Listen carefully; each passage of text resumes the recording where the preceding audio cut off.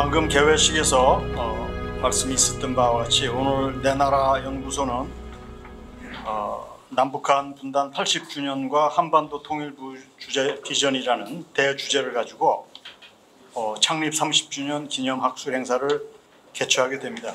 저는 거기에 지금 1부, 2부의 학술 행사 중에 제1부 사회를 맡게 된 양병기 교수입니다. 인사드리겠습니다. 앞서도 말씀이 계셨습니다마는 1960년 4.19 혁명 후에 이제 2년 후에 연세대학교에서 당시 우리 사회 민주화와 통일에 대한 어떤 그 열망을 가지고 한국문제연구회가 이제 창립이 됐습니다. 그것이 작년 2023년 10월 29일자로 60주년이 되어서 앞에서 말씀드린 것처럼 60주년 그 활동의 모든 경과를 책자로 그렇게 만들었습니다. 그리고 또 앞에서도 말씀을 드린 바와 같이 1994년에는 한국문제연구회를 모체로 하여 주로 한국사회 민주화, 정치발전, 통일 등의 그 문제에 대한 해법을 모색하기 위한 학술 연구소로서 내 나라 연구소를 만들었는데 그게 바로 이제 올해 6월 30일로 30주년이 됐고 그 30주년을 기념하기 위해서 오늘 이렇게 학술 행사를 갖게 됐습니다만 그래서 거의 매년 한 권 이상의 그 내 나라 연구소의 학술 활동을 모아서 매년 이렇게 내 나라라고 하는 학술지를 만들고 있는데 이게 작년 2023년까지 32권이 나왔습니다. 아마 오늘 이렇게 학술 행사 하시는 분 발표한 것까지 묶으면 올해 이제 곧 올해 가기 전에 33번째의 학술지가 나올 것으로 그렇게 봅니다. 여러분 아시는 바와 같이 이제 두 달 후면은 2025년이 됩니다. 2025년은 저희가 남북한으로 분단된 지 80주년이 되는 해입니다. 명예스럽지 못하게 전 세계에서 가장 최장기의 지금 분단 체제를 유지하고 있는 것이 남북한입니다. 그러한 차원에서 또 아울러서 똑같은 자본주의 공산주의로 분단되었던 베트남은 1975년에 통일이 되어서 내년이면은 통일된 지 50주년이 되고 독일은 1990년에 통일이 되어서 내년 2025년 10월이 되면은 독일이 통일된 지 35주년이 되는 해입니다. 이미 다른 나라는 벌써 35주년, 50주년 통일이 되고도 50년이 지났는데 저희는 내년을 분단 80주년을 맞이하게 되는 그런 상황입니다. 그러한 차원에서 남북한의 정치 군성원들로서 그런 통일을 실현하기 위하여 지금 이미 앞서 통일을 이룬 베트남과 독일은 가장 생생한 저희들의 교훈으로서 그들의 통일의 그 전후 경과를 살펴볼 필요가 있어서 오늘 제1부에 주되게 그 베트남과 독일의 통일 문제를 다루었습니다. 또 아울러 여러분 아시는 바와 같이 작년 12월에 북한은 노동당 전원회의에서 남북한 관계를 교전 상태 두 개 국가로 규정하고 더 나아가서는 북한 주도의 핵을 사용한 핵무력 통일을 호언하고 있어서 저희들 대한민국으로서는 비상한 통일 문제를 포함한 대책의 강구가 절실히 요구되는 상황에서 오늘 그 해법을 찾고자 이 학술 행사를 갖게 됩니다. 이와 같이 2025년을 앞둔 중대한 역사적 시기를 앞두고 오늘 이러한 대주제를 가지고 결코 부족함이 없이 우리 국내 최고 전문가 분들을 오늘 다 모셨습니다. 아마 내년이면 여기 분들이 계속해서 텔레비나 뭐나 학술 행사에서 다 뵙게 될 겁니다. 저희들이 조금 몇 달 앞서서 이분들을 이제 모시고 이런 자리를 갖게 됩니다. 그러한 차원에서 오늘 행사는 역사적 의의가 크다고 생각하고 일부 사회를 맡게 된 저로서는 여기 오늘 이 발표 토론을 맡으신 뿐만 아니라 여기 참석하신 모든 분들이 저희들이 반드시 남북한 통일을 목격하는 그런 역사적 세대가 되기를 기원하면서 제1부 행사를 시작하겠습니다.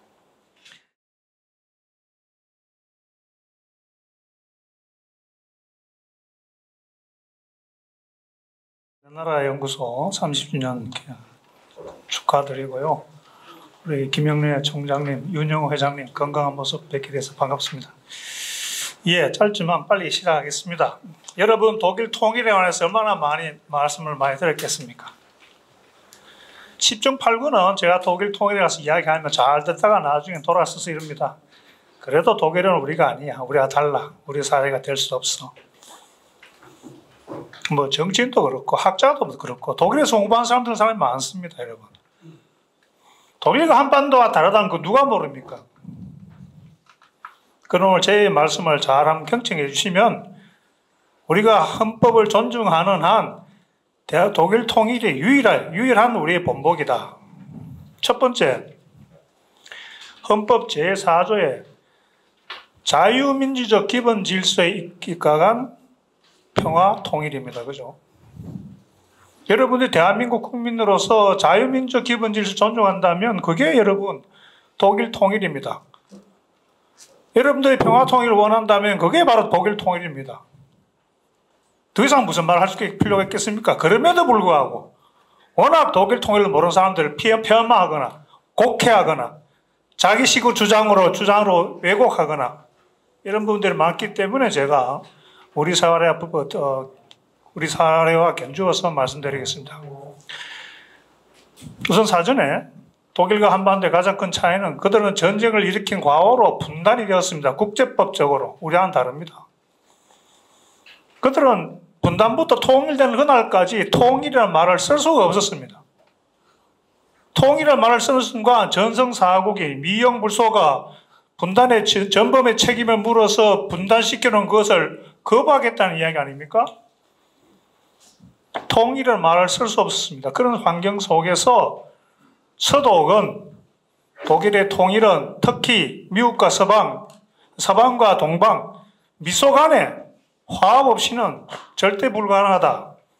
그런 차원에서 어떻게 하면 서방과 동방이 화합하는 그 속에서 동서동 민족을 통일하냐. 다시 말하면 유럽의 동서방의 지역 통합과 동서독의 민족 간의 민족 통합을 동시에 추진했다는 것이 중요합니다. 여러분, 우리는 다릅니다. 그죠? 그러나 그럼에도 불구하고 세계 최강의 주변국이 한반도 통일 과정에 과연 순순하게 놔두겠느냐? 아니겠죠? 그런 측면에서 제가 제일 먼저 말씀드리고 싶은 것은 분단의 역사가 다르고 분단 이후에 분단 진행 과정이 다르지만 그러나 특히 서독이 다시는 파쇼적인 국가가 나오지 못하도록 다시는 군국주의가 부활하지 못하도록 갈갈이 찢어놓은 서독이 어느 국가도 통일을 원하지 않았던 그 시기에 서독이 어떻게 특히 미영불소 전성사업과 전쟁에 참여로 누구도 많이 겪었던 이웃 국가들의 반대 속에서도 그것을 이끌어내었는가? 그 외교 정책을 우리는 배워야 됩니다. 특히 지금 이 상황, 2024년 10월 이 상황에서 우리는 신냉전 시기에 서독이 추진했던 긴장 완화 시기에는 동국과 소련과 잘 교류했지요.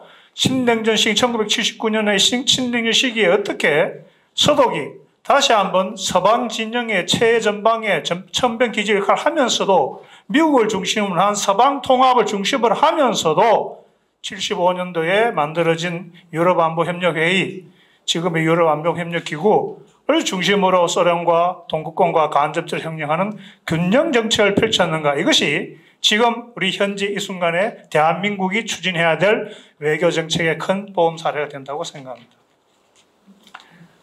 두 번째, 여러분들이 대한민국 국민의 헌법을 자세히 이해하시기 바랍니다. 여기 헌법학자 두 분 계시지만 여러분 대한민국의 전문가 헌법 제4조에는 분명히 자유민주적 기본 질서 이렇게 되어 있죠. 그래서 우리나라 대부분 사람들 우리나라의 정치적 이념적 지향성과 기본 근본이 자유민주주의다. 그럼 자유민주주의가 영어로 한 표현해 보시오. 그럼 대부분을 리버럴 데모크라시라고 합니다. 여러분 아닙니다. 리버럴 데모크라시는 사실 정치적으로 개념적이기 힘들고 데모크라시 앞에 민주주의 앞에 리버럴 붙은 거에 불과합니다. 입헌민주주의, 민주주의, 사회민주주의, 생태민주주의, 헌법민주주의 온갖 우리나라 대한민국의 이념적 지향성은 민주주의 앞에 뭐 하나 수식이 없어서 그런 리버럴 그게 아닙니다. 그것이 바로 우리의 법제처, 공식 우리 법제처의 영문, 헌법의 영문판을 보면 확실히 나와 있습니다.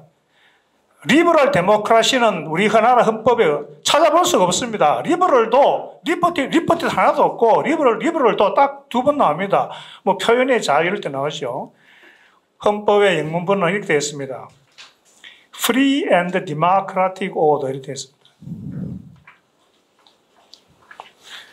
이명박 정부 시절에 헌법 제4조에 통일장 제4조의 자유민주 기본 질서를 이렇게 했습니다. On the basis of a free and democratic order 이렇게 했습니다. Free and 자유롭고 민주적 기본 질서. 박근혜 정부는 전문은 그대로 놔뒀어요. 자유민주 기본 질서는 on the basis of a free and democratic order. 근데 정말 박근혜 정부 제일 잘하는 게 뭐냐? 헌법 통일조항 헌법 제4조를 어떻게 번역했냐면 on the principles of freedom and democracy. 자유와 민주주의 원칙 아래 그것을 헌법 제4조엔 자유민주 기본칙 그렇게 번역했습니다. 문재인 정부는 또 바꿔왔어요. 전문가 제4조를 어떻게 봤냐면 자유민주 기본 질서를 The Basic Free and Democratic Order 이렇게 바꿨습니다. 그것이 지금까지 윤석열 정부가 그렇게 진행되고 있어요. 다시 말씀드리면 우리 헌법에 우리가 대한민국 이념 지향하는 자유민주 기본 질서는 민주주의 앞에 무슨 수식한 것이 아니라 프리덤과 디모크라시입니다. 자유와 민주주의. 그것이 어디에 왔느냐? 서독에서 왔습니다. 서독의 기본법. 지금 통일 독일의 기본법 헌법입니다만은 서독의 헌법. 지금 현재 통일도 헌법에 바로 서독과 통일 독일의 기본적 지향, 이념적 지향 체제가 뭐냐면 프라이하이트리에 데모크라티스 그룬트 오르드노 번역하면 자유롭고 민주적 기본 질서입니다, 여러분. 아시다시피 일제시대 일본이 도요토미 히데요시가 이토 히로부미가 명치시대 때 신사유람단에서 프로이센 가서 근대법 체계를 배워가지고 자기들 헌법 만들고 그것이 우리 일제시대 그때 우리나라에 대한민국에 와서 지금까지 우리는 영문법이나 대륙법에 따르고 있죠. 그래서 이 문제는 여러분 깊이 한번 생각해 주시기 바랍니다. 우리나라 헌법의 자유민주 기본적 가치 있는 이유는 프리덤과 데모크라시입니다. 그것이 우리가 가장 보편적인 가치고 그렇기 때문에 우리 대한민국의 이념적 가치가 중요하다는 이야기입니다. 그리고 이 서독의 헌법인 통일 이전의 23조에 의거해서 동독이 자유민주 기본 질서로 편입해 동독이 스스로 편입해서 통일된 그 자유민주 서독의 통일입니다. 제가 이런 걸 많이 강조해서 그런지 윤석열 정부가 처음으로 대통령 요새 자유민주주의 별로 강조 안 하지요. 자유를 굉장히 강조하지요. 우리나라가 자유는 리버럴 데모크라시가 아니라 프리덤과 데모크라시를 알고 있기 때문에 대통령이 그렇게 한다고 저는 생각하고 있습니다. 다만 아직까지도 이 논쟁의 문제가 뭐냐면 작년에 6월 달에 윤석열 정부가 처음으로 국가안보 전략 보고서를 만들어냈어요. 우리나라의 국정의 큰 방향 국가안보 전략 보이는 그 중요한 보고서인데 거기 영문판을 보면은 리버럴 한글로 된 자유민주 기본 질서를 갖다가 30몇 번이 나오는데 그 반은 리버럴 데모크라시라고 쓰고 반은 또 프리 앤 데모크라시 나왔어요. 그래서 막 혼재되고 있는데 이 점은 여러분께서 충분히 오늘 토론해 주시고요. 다시 한번 말씀드리지만 우리 한번 그럼 왜 자유롭고 민주적인 기본 질서를 하는 게 가장 적당한데 그럼 87년에 헌법 개정할 때 왜 자유민주 기본 질서를 압축했느냐? 저는 답변이 북한이 주장하는 인민민주주의에 대항하기 위해서 자유민주적 이렇게 압축했다고 저는 생각합니다. 여하튼 독일 통일이야말로 프라이하이트리에 자유롭고 민주적인 데모크라티스의 그룬트 기본의 오더 질서 이 이념 정책 지향성을 가지고 통일되는 그것이 바로 대한민국 헌법에 준하는 대한민국 헌법적 통일이기 때문에 우리가 중요하다고 생각합니다. 두 번째 평화적 합의 통일입니다. 많은 사람들이 동서독 통일로 흡수 통합이라고 이야기하는데 그건 정말 어리석음의 반증입니다, 여러분. 동독 주민이 서독에 더 자유롭고 민주주의고 기본 질서에 복지가 있고 인권이 있다고 눈과 귀를 열어준 것은 서독의 정책의 승리지만은 그러나 그 통일의 주단길을 깔고 온 것은 죽음의 위험을 무릅쓰고 동독 주민이 일어섰기 때문에 가능한 겁니다. 통일의 그 길을 당당히 걸어온 것은 동독 주민입니다. 그들이 보고 듣고 느끼고 판단하고 그들이 움직였습니다. 무엇이 옳고 그름을, 무엇이 좋고 나쁨을 인지하는 거하고 그 옳고 좋은 것을 자기 것을 하기 위해서 목숨을 걸고 행동 움직인 그것이 바로 통일 동력입니다. 대한민국 헌법을 존중한다면 그 수밖에 더 있습니까? 평화 통일하려면 주체 사상이 아니고 인민민주주의 통일 아니라면 통일 중심이 누굽니까? 북한 주민 아닙니까? 우리가 통일을 아무리 외친다 우리가 통일 어떻게 시킵니까? 우리가 무리 통일하지 못할 바에야 평화 통일한다면은 북한 주민들이 대한민국 체제에 대해서 그들이 대한민국 체제를 자신들의 지향 체제로 스스로 판단하고 움직이게 되는 거 아니겠습니까? 통일의 원동력은 우리가 아니라 북한 주민입니다. 우리는 통일 준비를 하는 거죠. 우리 사회를 더욱더 선진민주 국가를 만들고 우리 사회의 모든 앞선 우리 사회를 북한 주민인데 보여주고 그들과 함께하는 우리의 마음을 전해주는 이것이 통일 준비가 우리가 해야 될 일이지만 통일은 북한 주민이 하는 겁니다. 동독 주민이 그렇게 해냈습니다. 1993년 5월 달에 한국 프레스센터에서 제가 기국에 처음으로 학자로서 발표한 그 논문 결계 말미에 본문이 있습니다. 그렇게 썼습니다. 통일의 북한 원동력 북한 주민들이다. 언제 뜻도 상에 그들에 다가가서 그들의 눈가게를 열어주고 우리는 그들에게 본보게 돼야 된다라고 주장했을 때 제일 앞줄에 한테 어떤 나중에 친해졌습니다만은 한국학 중진 교수님이 벌떡 제가 발표한 도중에 벌떡 일어나서 너 빨갱이야 이러더라고요. 저보고. 여러분 너무나 당연한 사실 북한 주민이 통일 중심이다. 이것을 지금 제가 김영삼 정부 지금까지 윤석열 대통령까지 어느 대통령도 북한 주민이 통일의 중심 세력이 되었다는 그걸 한 사람이 딱 한 사람이 있습니다. 윤석열 대통령입니다. 윤석열 대통령하고 정치적 관계 없습니다. 뭐 국내 정국에 대해서는 좀 할 말 없지만 그러나 제가 경험한 김영삼 정부 지금까지 유일한 대통령이 윤석열 대통령만이 북한 주민의 역할, 통일에 대한 북한 주민의 역할을 강조해 그것이 이번에 8.15 통일 독트린에 나온 이야기입니다. 대한민국 북한 주민은 대한민국 국민이다. 그들의 눈가기를 열어줘야 된다. 그들의 통일 역할을 해야 된다. 여러분 이것이 독일 통일이라는 걸 상기해 주시기 바랍니다. 많은 사람들이 통일이 독일 통일이 급속하게 진전되었기 때문에 또 그 과정 가운데 경제적 고려를 하지 않는 원래 그 화폐 교환이 동독 4마르크당 서독 1마르크고 사실 암시장이 저는 20달러 바꿔봤거든요. 그 당시에 베를린 무너지는데 근데 1달러 교환해주고 동독의 노동 생산성이 30%밖에 안 되는데 60%까지 인정해주고 서독의 연금 체제에 한 푼도 기여하지 않는데도 다 연금을 다 주고 이런 경제적 고려를 가지 않는 정치적 결정했기 때문에 독일 통일을 힘들었다고 많은 비판을 하지요. 여러분 그렇지 않았다면 동독 사람이 뭐하러 통일하겠습니까?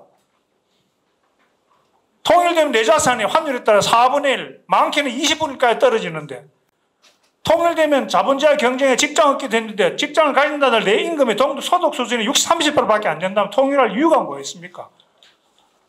동독 자유와 민주주의를 외친 이유가 그중에도 인권, 복지적인 측면이 있었는데 통일 이후에 서독이 대규모의 재정 지원을 하지 않는다면 동독 주민이 통일할 이유가 뭐가 있겠습니까? 정치의 결단이 있었기 때문에 통일한 겁니다. 동독 주민들이 베를린 장벽이 무너뜨리고 그렇게 변화를 요구했지만 어느 국가가 독일의 통일을 원했겠습니까? 전성사국이 그래 급박하게 되면 하면은 힘이 많이 되니까 천천히 해. 너희들이 원하면 언제 통일시켜줄게. 그런 환경입니까? 앞으로 한반도의 통일 환경이 조성되었을 때 북한 주민이 우리와 함께 가자 움직임이 있을 때 어떠한 어려움에도 불구하고 통일을 이끌어낸 그것이 중요하지. 천천히 하는 게 통일 비용이 싸게 산다. 우리 주변 국가들이 그런 환경입니까? 어떠한 어려움에도 기회가 왔을 때 그 통일의 정치적 끌어낸 그것이 바로 저는 독일 역사상 독일 외교 역사상 가장 빛나는 별의 순간 슈테른스tun드라고 저는 생각합니다. 많은 사람들이 독일 통일 이후에 아직까지 장벽이 남아있다, 심리적이 남아있다 해야죠, 여러분.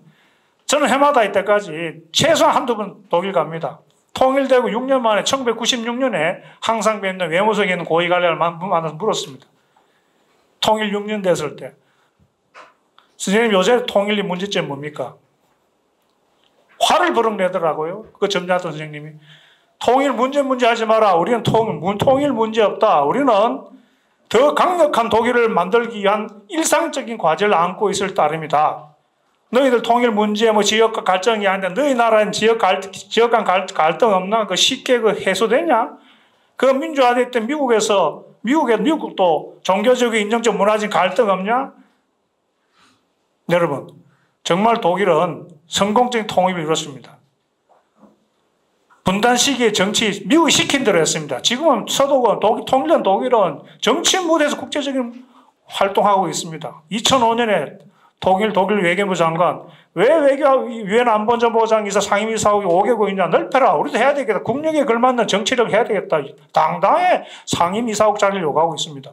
경제, 통일 비용 많이 들었죠. 그러나 이제 라인강 기증에는 엘베강이 기적이 되고 있습니다. 옛날 구동독적인 브란덴부르크는 세계 최고의 지속 가능한 도시가 구조가 되었습니다. 브렉시트가 됐지만 그 서방 선진국 다 포함된 EU 28개국 가운데 통일 독일은 GDP 3분의 1 생산한 강국입니다. 군사 주권국 됐습니다. 2003년 조지 부시 주니어가 이라크 전쟁 터졌을 때 독일 참전을 요구했죠. 분단 시에 꿈도 꿀지 못할 독일이 노했습니다. 그건 우리 국익이 아니다. 헌법을 개정해가지고 한 나라 군대를 외국에 파병해서 전투하는 게 옳고 그름을 떠나서 통일된 독일은 유엔 헬멧을 쓰든 안 쓰든 전투를 하고 있어요. 군사 주권국 된 겁니다. 사회적 갈등, 심적 간격이 있지요. 그러나 여러분, 통일된 15년 만에 16년 동안 동독 출신은 아닙니다. 동독에 태어나진 않았죠. 동독 출신 여성이 총리를 했고, 연방 대통령, 연방 국회의장, 축구 대표팀, 축구 감독 조장 다 동독 출신을 걸쳤습니다. 독일은 사회 통합을 이루어가고 있습니다. 제가 이야기하고 싶은 것이 바로 이겁니다. 통일을 해야 되는 이유는 바로 독일이 통일된 이후에 보여준 비전, 정치 강국, 군사 주권국, 경제 강국, 통합된 사회. 부작용이 있습니다. 아직까지 문제가 있어요. 그러나 그럼에도 불구하고 독일 통일은 우리가 헌법을 존중하는 한 대한민국 헌법이 변하지 않는 한 자유민주 기본지식 기초한 평화 통일을 원하는 한 우리는 큰 틀에서 벗어나서 이제는 상세하게 독일 통일을 연구해야 된다고 저는 생각합니다. 마지막으로 말씀드리고 싶은 것은 저는 정당인도 아니고 정치인도 아닙니다만 그럼에도 불구하고 이 독일 통일을 지난 문재인 정부에서 5년간 완전 폐쇄했습니다. 통일에 대한 의지도 없었고 평화라는 이름의 공존을 지향했죠. 그래서 독일 통일을 연구하지 않고 배척하고 유럽연합이나 CIS, 독립국연합 이런 걸 연구했죠. 지금 헌법에는 이렇게 되어 있습니다. 자유민족 기본 질서를 반하는 정치활동한 단체는 반헌법적이다. 그런 정당에 대해서는 국가적인 예산과 세금의 특혜를 지원하지 못 박혀 있습니다. 자유민주주의를 존중한 모든 사람이 대한민국 하나가 통일해야 되지만 유감스럽게도 더불어민주당, 조국혁신당에는 강령에는 자유민주주의도 있고 자유도 없고 통일자도 없습니다, 여러분. 이런 자리에서 우리가 논하고 싶은 것은 통일을 정말로 우리가 국민으로 존중한다면 정파를 떠나서 우리가 이런 점에서는 서로 심사숙고하고 고쳐나가야 되지 않을까 라면서 제 발표를 마치겠습니다. 감사합니다.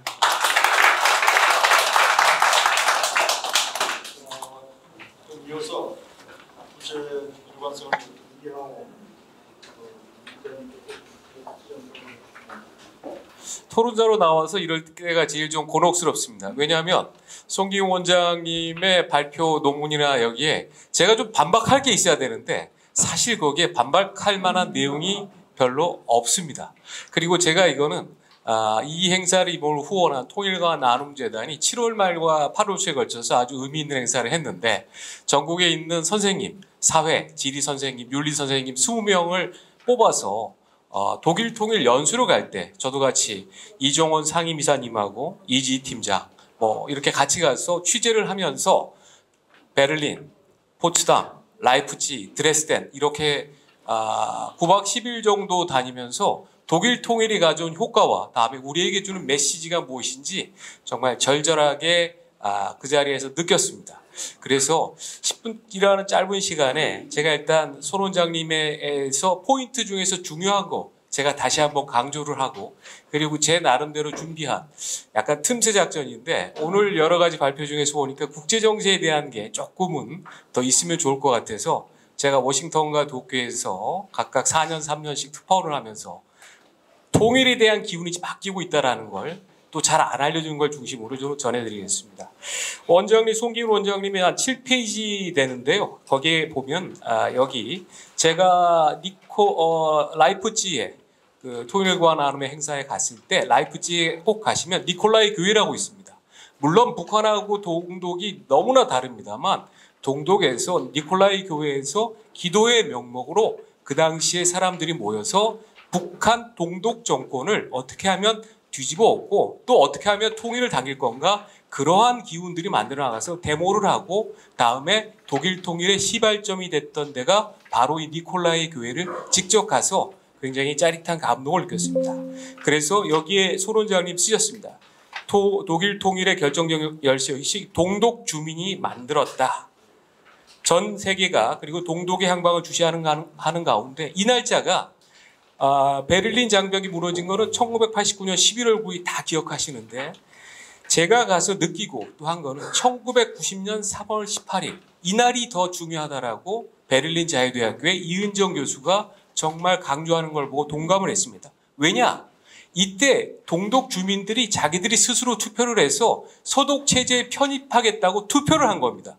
그 투표를 해서 동독이 서독에 이렇게 흡수되는 그런 결정이 나왔는데 이 함의가 손 원장님도 얘기를 많이 하셨습니다만 결국 이걸 우리 한반도에 대입을 시키면 북한 주민들이 스스로 움직여서 한반도가 자유롭고 평화롭고 애들 탈북한 애들 가서 잘 사는 거 보니까 우리가 한국 사회하고 같이 하고 싶다. 이렇게 될 때 저는 통일이 오는 거 아닌가라고 다시 한번 생각이 되고요.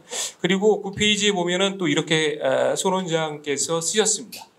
독일은 서독 지도부가 경제적 고려보다 정치적 판단을 우선시했기에 통일을 할 수 있었다라고 합니다. 그래서 저는 경제학 하시는 분들에게 조금 죄송합니다만 통일 비용이 얼마나 들고 통일을 하면 세금이 얼마나 내야 되고 통일을 하면 1인당 부담이 얼마고 하는 게 전부 다 사실 쓸데없는 거라고 감히 생각을 합니다. 통일로 인해서 오는 우리가 얻을 수 있는 이익이라는 건 그건 상상하기 어렵고 그리고 저는 외교안보 쪽을 주로 해왔기 때문에 아니 왜 북한이 통일되고 그렇게 하면 그 이익이 여러 가지가 있는데 우리만 부담을 합니까? 주변 국가도 있고 그리고 캐나다와 호주 같은 나라도 만나서 얘기를 해보거나 하면 캐나다 자 멀리 떨어져 있죠. 호주도 떨어져 있는 그런 섬나라이기 때문에 어떻게 해서든 세계에서 GDP가 25% 가까이 되고 유일하게 성장하고 있는 동북아시아에 투자를 하고 싶어 합니다. 그래서 저는 경제적 문제보다 역시 정치적 고려가 우선돼야 되는데 저는 100% 동의를 합니다. 제가 만들어가지고 온 이 슬라이드가 있는데 다 프린트가 돼 있습니다. 아마 여러분들 받으셨을 텐데 제가 대학교에 87년에 입학을 했는데 그때 이 책이 굉장히 유행을 했습니다. 최근에 돌아가셨는데 백기환 선생의 87년에 대통령 선거에도 나가셨습니다. 통일이냐 반통일이냐 이 책이 사실은 대한민국의 그동안에 이끌어온 보수 세력일까 여기를 향해서 너희들은 반통일 세력이다 이 얘기를 향해서 백기환 선생이 이 책을 썼습니다. 통일이냐 반통일이냐.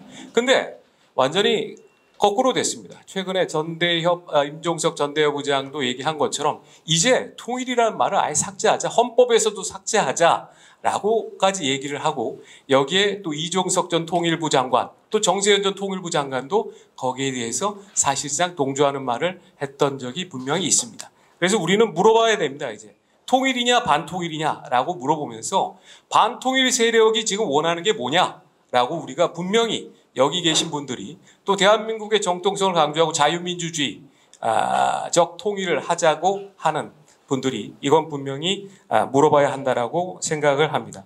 제 슬라이드의 6번째 줄 정도에 가면 최근에 변화되고 있는 상황 중에서 조금 더 강조되고 많이 또 이 부분은 모르시는 분들이 있어서 제가 그 부분은 좀 얘기를 하고 하겠습니다.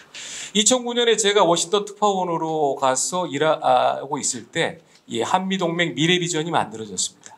이명박 대통령이 당시 오바마 대통령하고 만들어졌는데 이 문서가 왜 중요하냐? 제가 거기도 써놨습니다만 한국 외교 60년이라는 책자가 있습니다. 여기에 대한민국에서 이 존속하는 데 가장 중요한 외교 문서 13개를 모아놨습니다. 그 중에 13번째로 이 문서가 들어가 있습니다. 이게 왜 들어가 있느냐? 이게 캠프 데이비드 협정까지 들어가는데 통일 이후의 국가 체제에 대해서 명확하게 규정을 해놨습니다. 7페이지 제가 토론문에 7페이지에 있습니다. 자유민주주의의 통일을 이렇게 명문화해놨습니다. 동맹을 통해 한반도의 공고한 평화를 구축하고 자유민주주의와 시장경제의 원칙에 입각한 평화 통일에 이르도록 한다. 대한민국하고 미국 간에 그렇게 많은 문서가 있고 그렇게 많은 시간 동안 한미동맹을 해왔는데 자유민주주의로의 통일이 명문화된 것은 이게 처음입니다. 두 번째, 북한 주민들의 기본적인 인권 증진을 위해 협력해 간다라고 이렇게 명시되어 있습니다. 이게 노무현 정권에서 한 5년 동안 한미동맹이 엉망이 좀 되고 나서 새롭게 출범한 이명박 정부에서 한미동맹 미래비전을 만들어서 이거를 만들어 놨습니다.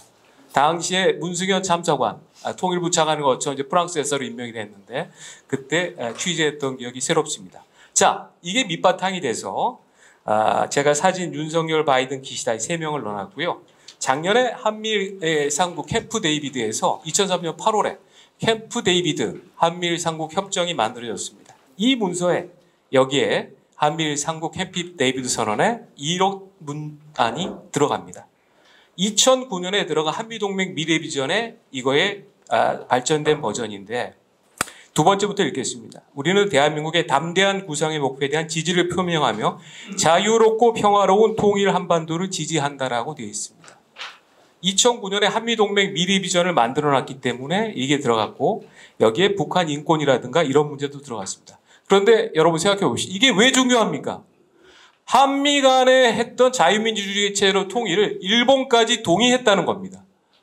일본이라는 나라가 대한민국이 자유민주주의 체제로 가는데 합의한 그 문서가 바로 여기에 들어가 있다는 사실입니다. 이렇게 지금 미국하고 일본이 자유민주주의의 통일을 지지한다라고 나서고 있는 겁니다. 이시바 시게루 지금 자민당 총재이자 총리가 2020년 5월, 6월쯤에 제가 도쿄에 있을 때 이 책을 바로 자기가 읽고 있는 책이라고 해서 추천을 했습니다. 제가 그래서 마침 이 책을 읽고 있을 때라서 이 책을 소개했던 적이 있습니다. 이시바 총리도 강상준 교수의 영향도 받고 또 한일 관계에 대한 중요성이 있기 때문에 한반도가 통일되거나 이런 거에 대해서 기시다 총리가 남긴 그런 한미일 상국선언을 또 계승하겠다는 뜻을 분명히 하고 있어서 주변 강국은 오히려 이렇게 한반도의 통일이라든가 미국하고 일본의 그런 합의가 있다는 걸 말씀을 드리고요. 그러면 북한 주민들이 동독 주민들처럼 움직여서 스스로 통일하겠다. 그리고 김정일 체제에 대해서 더 이상 안 되겠다. 이렇게 움직이게 하기 위해서는 우리가 어떻게 뭘 좀 도와줘야 되는지 이게 좀 궁금하고요. 그리고 윤석열 정부의 통일 정책에 대한 평가도 통일연구원장 하셨기 때문에 거기에 듣고 싶고요. 그리고 대한민국 통일부가 김영호 장관이 들어선 이후에 많이 변화를 하고 있습니다. 근데 또 어떻게 또 변화를 해야 하고 그리고 북한군의 러시아 파병 이보다도 중요한 문제가 없을 텐데 이게 한반도와 남북 통일에 미칠 영향 그리고 중국의 지지를 좀 얻어내야지 우리가 문제없이 할 수 있을 것 같은데 여기에 대한 보관은 뭐가 있는지 궁금합니다. 이상입니다.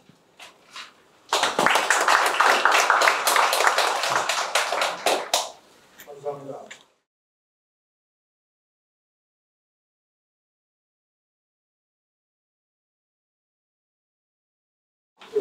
수원원장 막바로 이어서 베트남 총리의 통일이 거의 완벽한 행동에 대해서 짚고 베트남 통일 50주년이 내년도가 됩니다. 저희 결론부터 말씀을 드리고 싶은 건 이겁니다. 국가와 국가 간의 관계에서는 그 상호 협력을 하고 또 상생 발전을 한다 하면 뭐 최고의 관계죠. 그렇죠? 이것이 한배 관계에서 이루어졌습니다. 예, 92년도 수교한 이후에 지금까지 저는 이런 생각을 해봤습니다. 이 제목의 요구를 받으면서 한배 관계가 상생 발전과 상호 협력의 하나의 정말 모델처럼 됐다라고 하는 것은 이건 완전히 팩트인데 그 한배 관계의 그 배에다가 북한을 넣으면은 얼마나 더 좋았을까라고 하는 것입니다. 한국과 베트남 사이에서는 서로 상호 전쟁도 했었고요. 예. 그 다음에 베트남은 여전히 지금도 공산당이 지배하는 나라고요. 예. 이럼에도 불구하고 이러한 상생 발전과 상호 협력이라고 하는 하나의 그림을 만들어냈습니다. 예, 현실 속에서. 그래서 저는 이것이 결코 북한과 남한 간의 관계에서 이런 그림이 왜 못 만들어지느냐라고 하는 것은 이건 뭐 그냥 저도 불가능한 것은 아니라고 저는 생각을 하고요. 그런 기대감을 가지고 일단 좀 베트남 얘기를 좀 더 해드리겠습니다. 2023년도 베트남 인구를 보니까 1억 명이 돌파했어요. 굉장히 큰 나라입니다. 이제는.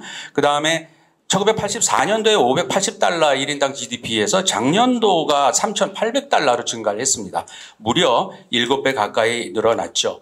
베트남 통일이 1975년도 4월 30일 이루어졌는데 그 통일에 관련된 얘기는 아마 우리 김종욱 교수님께서 좀 국제관계 해가지고 좀 언급을 해 주실 것 같아요. 그래서 저는 제 얘기 포인트를 1975년도 베트남이 통일되고 나서의 변화를 일단 좀 말씀드리겠습니다. 올해에 노벨 경제학상을 받은 그 데런 에스머글로하고 그다음에 제임스 로빈슨이 쓴 국가는 왜 실패하는가라는 그 책이죠. 그 책에서 가장 핵심적인 얘기는 어떤 국가가 성공하기 위해서는 거꾸로 실패한다면은 착취적인 제도를 갖고 있어서는 그 나라는 다 실패한다.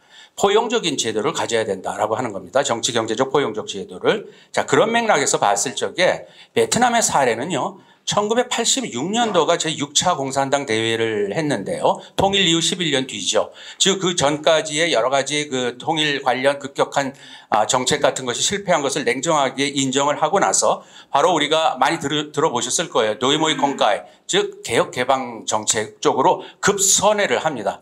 이게 이제 그 올해의 노벨 경제학상 수상자들이 얘기하는 소위 제도의 결정적 분기점이라고 저는 생각을 합니다. 즉 착취적이었던 제도에서 과감하게 포용적인 제도 쪽으로다가 선택을 한 것이죠. 선택은 그들이 한 겁니다. 공산당들이 한 겁니다. 베트남 공산당이. 자, 그것이 지금까지 쭉 이어져 왔는데 저는 그 지속성이 중요하다고 생각을 해요. 5년마다 베트남 공산당 대회는 지속적으로 정확히 열렸거든요. 그래서 가장 최근에 열린 것이 2021년도 13차 대회인데 이때까지도 계속해서 이 도이모이 정책에 대한 공과를 얘기를 하면서도 우리는 이대로 가야 된다. 또 이걸 계속 우리는 추진할 것이다. 라고 계속 약속을 합니다. 즉 공산당 일당 지배체제를 유지하는 가운데서도 사회주의 노선의 견지를 또한 분명히 하고 있습니다. 그러면서도 개혁개방의 성과를 극대화하기 위한 이와 같은 도이모이 전략은 지속적으로 추진했고 추진하겠다 또 추진했던 것이 베트남의 지금의 어떤 발전의 원동력이라고 저는 생각을 합니다. 관련된 여러 가지 제도 개혁적 조치들 같은 것들은 제가 뭐 글 속에서 충분히 담아놨다고 생각하니까 나중에 시간 되시면 좀 봐주시고요. 현재 베트남 경제 상황을 좀 한번 보면은요, 동남아 중에서도 가장 빠르게 경제가 성장을 한 나라임은 뭐 분명합니다. 그래서 뭐 석유도 나오고요, 수산물, 커피, 쌀, 땅콩 뭐 이런 등등 해가지고서 1차 자원들도 굉장히 많이 갖고 있는 나라예요. 그래서 농공병진도 가능한데 이 나라가 그 도이모이 정책 이후에 했었던 그 뭐냐 개혁 개방이라고 하지 않았습니까? 외국인 투자 유치로 수출 주도형 공업화에 그래서 성공을 한 나라입니다. 이건 뭐 우리가 너무나 잘 알고 있는 사실이고요. 현재는 세계적인 신발이나 의류 생산 기지로 자리를 잡았고 전자산업 분야에서도 뭐 아시다시피 뭐 우리의 LG라든지 삼성이 들어가서 엄청난 역할을 하고 있는데 전자제품의 세계적 생산 기지로 확고하게 자리를 잡았고요. 이건 이미 앞선 말레이시아나 태국을 벌써 압도하고 있는 수준입니다. 젊은 노동력도 굉장히 많거든요. 그러다 보니까 의류나 신발 산업에서도 인도네시아 같은 나라보다도 오히려 그 생산성 면에서는 압도하고 있습니다.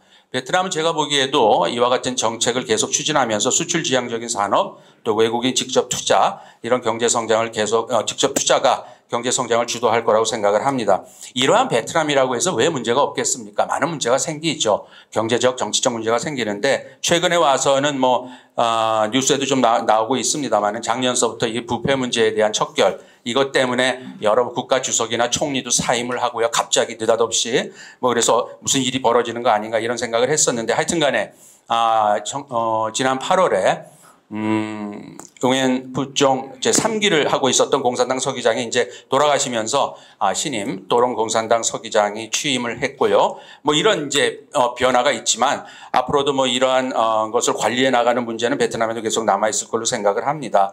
베트남의 경제 발전의 원인은요. 그러니까 요인은 저는 그렇게 봐요.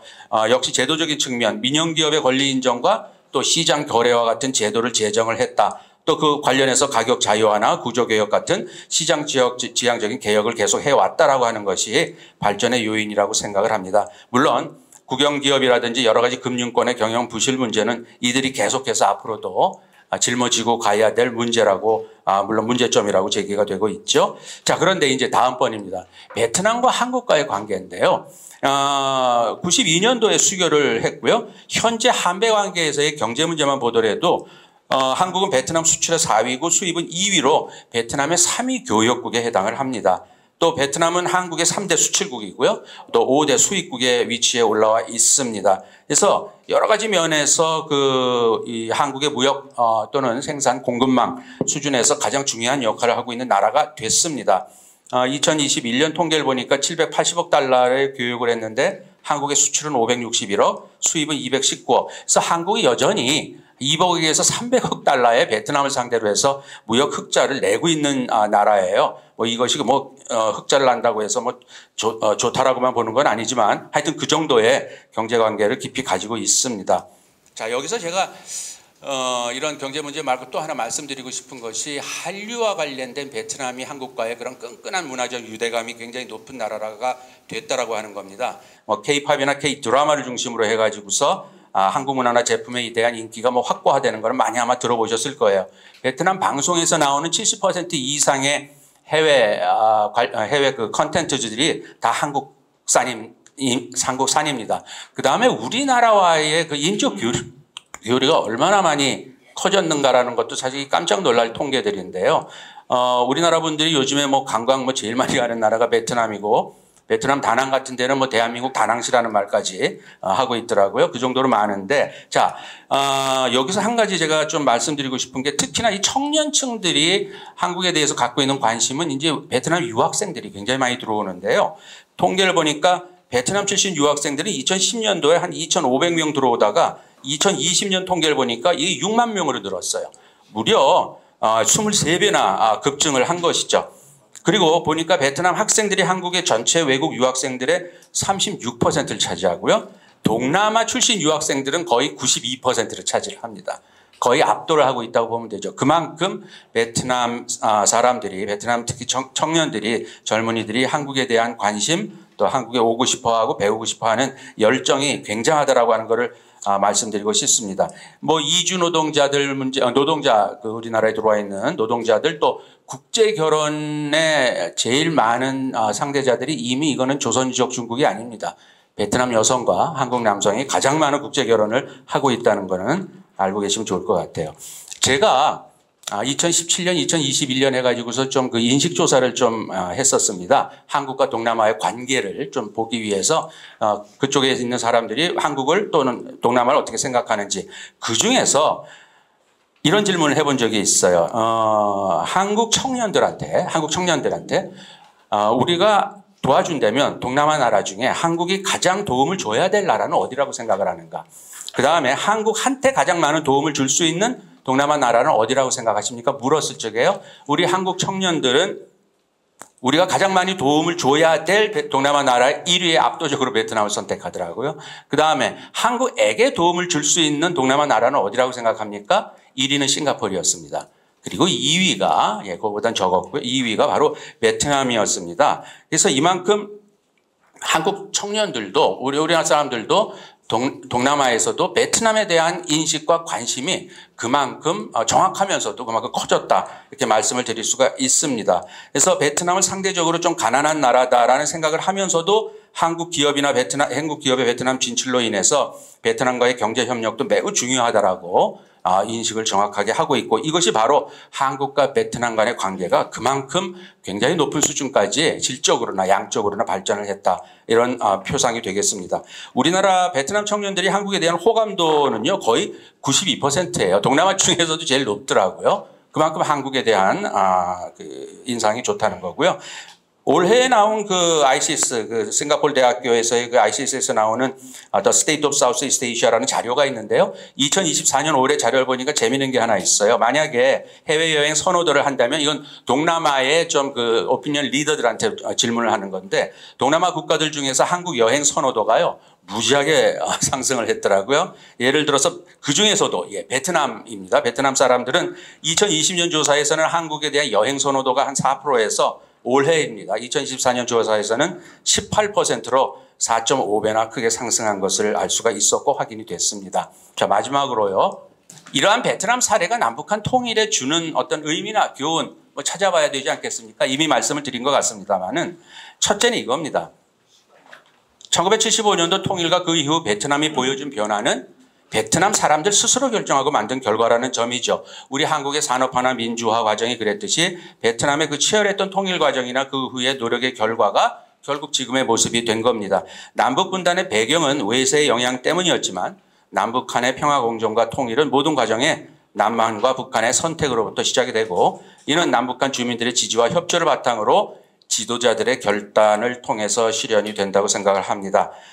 남북한의 경우라면 가장 중요한 필요 조건은 역시 북한 지도부의 변화에서 시작되어야 되겠죠. 어려운 얘기겠지만은 이러한 측면에서 우리가 좀 제가 한번 지적을 해봤고요. 자, 그렇다고 해서 이게 상황을 너무 부정적으로만 보고 현재의 상황을 상대 탓만 돌린다면은 뭐 현재 우리가 살고 있는 이 역사에 대한 직무유기라고 생각을 합니다. 특히 이 베트남의 통일과 특히 통일 이후의 모습에서 남북한 관계를 긍정적으로 풀어가는데 많은 도움이 되고 있는 여러 가지 시사점들이 있습니다. 그걸 제가 좀 급하지만 언급을 해드린 거고요. 베트남은 과거부터 현재까지 공산당이 지배하는 정치체제를 고수하는 북한과 완전히 유사한 체제입니다. 그럼에도 다른 것은요. 공산당 일당 체제를 유지하면서 대외 개방하는 경제 성장을 도모한 그런 전략을 사용한다는 점입니다. 이게 바로 대외 개방형 전략의 수용 여부가 두 나라의 차이를 만든 결정적 기준이라고 생각을 하고요. 바로 이러한 측면에서 우리 대한민국이 베트남과 상호협력하면서 발전의 촉진자 역할을 하고 있다고 하는 것이 매우 중요한 지점입니다. 그래서 문제의 핵심은 북한이 안고 있는 그 딜레마로서 개방을 하면은 결국 김정은 체제가 몰락할 수 있다는 지도부의 극심한 불안감이겠죠. 이 부분이 한국이 집중해서 노력해야 될 전략적 지점인데요. 즉 북한이 개방으로 방향을 전환하도록 유도하는데 초점을 맞추되 그렇다고 해서 뭐 결코 서두른다고 해서 갑자기 될 일은 아니겠죠. 선택은 결국 북한 지도부의 문제지만 한국의 뭐 의무는 아니지 않습니까? 이 점에서 우리는 이 지점에서 좀 냉정해져야 된다고 보고요. 지금은 한반도 정세를 평화롭게 안정적으로 유지하는 게 일단 최우선 목적이 되어야 된다고 봅니다. 지금 상황에서는요. 이러한 목표에 맞춰서 봤을 때 이 베트남의 사례가 점진적 개혁 개방의 길을 북한이 선택하는 것이 북한한테 얼마나 유리한 건지 그리고 한국이 베트남과 이룩한 여러 가지 성과를 보여주면서 바로 이것이 사례가 되면서 북한을 설득해 나가야 된다고 생각을 합니다. 이 과정에서 특히 북한과 특별한 관계에 있는 베트남이거든요. 이 베트남을 외교적으로 좀 활용하는 노력이 병행될 필요가 있습니다. 뭐 베트남에 김정은이 가가지고서 트럼프랑 회담까지 하지 않았었습니까? 베트남은 남북한 평화 공존과 또 통일까지 향하는 데 있어서 우리의 훌륭한 이미 지렛대이자 파트너라고 생각을 합니다. 이상입니다.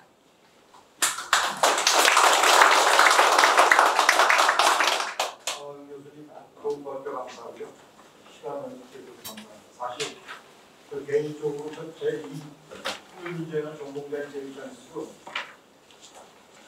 송 원장님 발표한 제가 5시간을 있었어요. 35년이 지난 얘기를 15분에 어떻게 했어요? 근데 이 행사 지금 시간이 100분이에요. 2부가 이만큼이 또 다르다. 윤준표 교수님도 베트남 통일에 대한 베트남 통일이 50년 됐는데 지금 15분에 듣겠습니다. 제가 한 10시간 얘기하면 전 전공자니까 듣겠습니다. 그래서 아쉬움은 있지만 아쉬움에 대해서 감사하고 이어서 김종욱 교수님 베트남 통일을 시작하고 네. 오늘 이 뜻깊은 자리에서 그 존경하는 윤준표 교수님의 발표문에 대해서 토론을 맡게 돼서 영광이자 조심스럽습니다. 조심스러운 이유는 우리 좌장 선생님께서도 말씀하셨지만은 베트남의 그 장구한 그 통일의 과정, 짧게 보면은 미국과의 전쟁만, 통일 전쟁만 20년이고, 또는 그 식민지 사회에서 독립 또는 신생국으로서 국토 분단을 경험하고 이것을 재통일시키기 위한 과정을 좀 길게 보면 20세기만 놓고 볼 때는 83년에 걸친 통일의 과정이었습니다. 여러분 20세기 100년을 놓고 보면은 원래 뭐 시작은 1858년이지만 1900년서부터 1942년까지 프랑스의 식민 지배였고 그 다음에 일본이 대동아 동영권을 내세워서 42년서부터 45년까지 주둔을 했고요. 그 다음에 8월 달에 일본이 물러가자마자 단 1년간의 시간, 이 시간 동안에 이제 베트남 후찌민 민족의 뭐 국부 이렇게 얘기하는데 베트남 민주공화국을 국가 독립을 선포를 했습니다. 그렇지만 프랑스가 다시 재주둔을 하고 영국과 같이 그게 1946년 말서부터는 1차 인도차이나 전쟁이 시작돼서 54년까지 이루어집니다. 그래서 54년 7월에 미군의 지원을 받은 프랑스군을 맞서 싸워서 물리치고 제네바 회담을 통해서 2년 내에 자유총선거를 실시하기로 했지만 그것이 1955년 10월 달에 미국이 응오진 디엠을 내세워서 남베트남, 베트남 공화국을 만듭니다. 이제 분단의 고착화 과정이죠. 이때서부터 북쪽에서는 민족주의 차원에서 이거 더 이상 그 외세에 휘둘려서는 안 되겠다 해가지고 통일의 문제를 공식화하고 정치적, 군사적, 외교적 통일 운동을 진행하게 되는 거죠. 73년까지 약 한 17년간의 전쟁을 통해서 미군을 또 군사적으로 물리치게 되죠. 그 다음에 73년서부터 75년까지 약 1년 반 만에 북쪽이 남쪽을 군사적으로 무력을 동원해서 통일을 합니다. 그게 끝이 아니라 지금 79년에는 이런 그 베트남의 통일에 대한 불만을 가진 중국이죠. 중공입니다. 당시에는. 중공이 캄보디아를 끌어들여서 또 양동작전으로 베트남을 침략하려 하자 이것을 맞서 싸워서 뭐 중공과는 한 달, 그 다음에 캄보디아와는 10년간의 또 전쟁 주둔을 통합니다. 그러니까 20세기 100년 내에 83년간 베트남 분들은 전쟁이나 또는 식민의 지배에 맞서서 전쟁에 투쟁을 벌이냐고 모든 시간을 보냈던 사람들입니다. 얼마나 많은 전략과 또 고민과 또 희생과 어려운 시간이 있었겠습니까? 이것을 갖다가 짧은 시간에 베트남 통일의 경험을 뽑아낸다는 게 쉽지 않은 것을 여러분들이 양해해 주시고 또 오늘 얘기가 제 주관이 되기가 쉬울 것 같아서 좀 정확하게 해드리기 위해서 제가 준비한 토론문을 읽도록 그렇게 하겠습니다. 베트남이 통일된 지도 어느덧 반세기가 흘렀습니다. 그동안 베트남의 통일 사례는 한반도 통일 담론에서도 많이 등장했습니다. 냉전 체제 하에서 외세에 의한 영토 분단, 신생 독립국으로서 겪은 남북 간의 동족 상잔, 분단의 해결책으로서 일어난 전쟁의 경험 등은 우리나라 통일 방안 비교 연구 대상으로 자주 인용되었습니다. 이외에도 주변 강대국의 외적 변수와 자주 통일에 대한 찬반론의 내적 요인을 성공적으로 극복한 베트남식 통일은 흡수 통일이라는 오점을 가졌음에도 불구하고 의미 있는 시사점을 여전히 내포하고 있습니다. 아시는 대로 베트남은 2차 세계대전 후 미국, 영국, 프랑스, 중공, 소련 등 강대국의 외교적 개입으로 영토가 분단되었고 다시 역설적이게도 미국, 영국, 소련의 군사적 지원으로 통합을 이룰 수 있었습니다. 냉전의 구도에서 이들은 자기 진영의 헤게모니 쟁탈을 위해서 군수 물자를 장기적으로 지원하였기 때문에 베트남 공화국과 베트남 민주공화국, 베트남 공화국은 남베트남을 말씀드리고 베트남 민주공화국 북베트남을 말씀드립니다. 모두는 각 우방이 지원한 첨단 기술의 무기로 전쟁을 수행할 수 있었습니다. 미국은 약 54만 명의 병력과 전투기, 헬리콥터, 탱크를 포함해서 약 1,400억 달러, 140조죠. 당시 그 비용입니다. 중국은 또 32만 명의 군사 고문과 후방 지원 세력, 그다음에 소형 무기, 포병, 탄약 등 포함해서 약 20억 달러. 소련은 그 군사 고문단 기술 지원을 요원들을 전투기, 탱크, 대공포와 함께 지원하고 또 군비로서 약 80억에서 100억 달러를 지원했습니다. 베트남 통일 과정에 대한 주변 강대국의 간섭이 남북 베트남에 항상 고무적이지만은 않았습니다. 오히려 우방의 지원이라는 미명하에 행해진 강대국의 국익 추구는 베트남 전쟁을 더욱 혼란에 빠뜨리거나 상호 신뢰를 훼손하여 통일의 걸림돌이 되기도 했습니다. 예로서 미국은 1954년 제네바 회담 후 2년 후에 예정된 남북 간의 총선거를 거부하였고 1955년 10월 26일에는 남베트남의 친미 정권을 ngoDinh 정권을 내세워 베트남의 분단을 고착시켰습니다. 1963년에는 자신들이 내세운 ngoDinh을 암살하는 군부 쿠데타를 묵인하여 미국 자신의 이익에 맞지 않는 남베트남식 통일 노력에 제재를 가하였습니다. 또한 검증되지도 않은 인도차이나 도미노 이론을 내세워서 냉전을 부추겼고 통킹만 사건을 조작하여 확전을 일으키면서 결과적으로는 약 500만 명의 베트남 민간인의 피해를 초래하였습니다. 중국 또한 같은 공산주의 체제를 표방하면서도 불편한 역사적 관계로 인해 북베트남의 지원에 표리부동한 태도를 보였습니다. 게다가 소련 후르츠초프의 탈스탈린주의와 평화공존 노선을 계기로 시작된 중소분쟁을 내세워 제1차 인도차이나 전쟁 기간 중에 돈독했던 중국과 베트남의 관계를 하루아침에 악재로 바꾸었습니다. 그 결과 중국 공산당은 베트남 노동당 서기장이었던 레주온을 중심으로 한 강경파의 미국에 대한 구정 공세에도 반대를 했습니다. 또한 북베트남의 전쟁 수행과 통일에 필요한 군사적 경제적 지원을 요청하기 위해 레주온 일행이 북경을 방문했을 때는 그동안의 관계에는 배반된 베트남은 스스로 통일을 이루어야 한다는 지원 감축으로 얼음장을 놓기도 했습니다. 게다가 중국과 미국의 국교 수립은 북베트남이 한참 전쟁 중인데 이들을 전략적으로 고립시킬 수 있다는 불안감뿐만 아니라 그동안 북베트남에 향했던 중국의 군사적 경제적 지원과 외교적 지지가 언제든지 철회될 수 있다는 위기감을 주기도 했습니다. 소련 또한 맹목적인 우호국은 아니었습니다. 베트남의 통일전쟁 기간 중 북베트남과 소련은 견고한 군사적 경제적 동맹관계를 유지했으나 소련은 프라하의 봄으로 알려진 체코의 개혁운동에서도 보였다시피 언제든지 전통적 동맹국의 내정에 개입하거나 자주권을 침해할 수 있다는 것을 보여줬기 때문에 베트남 노동당의 우려를 자아냈습니다. 북베트남이 미국과의 전쟁 종식을 위한 파리 평화협정을 체결할 당시에 소련이 미국과의 대땅뜨 정책을 우선하면서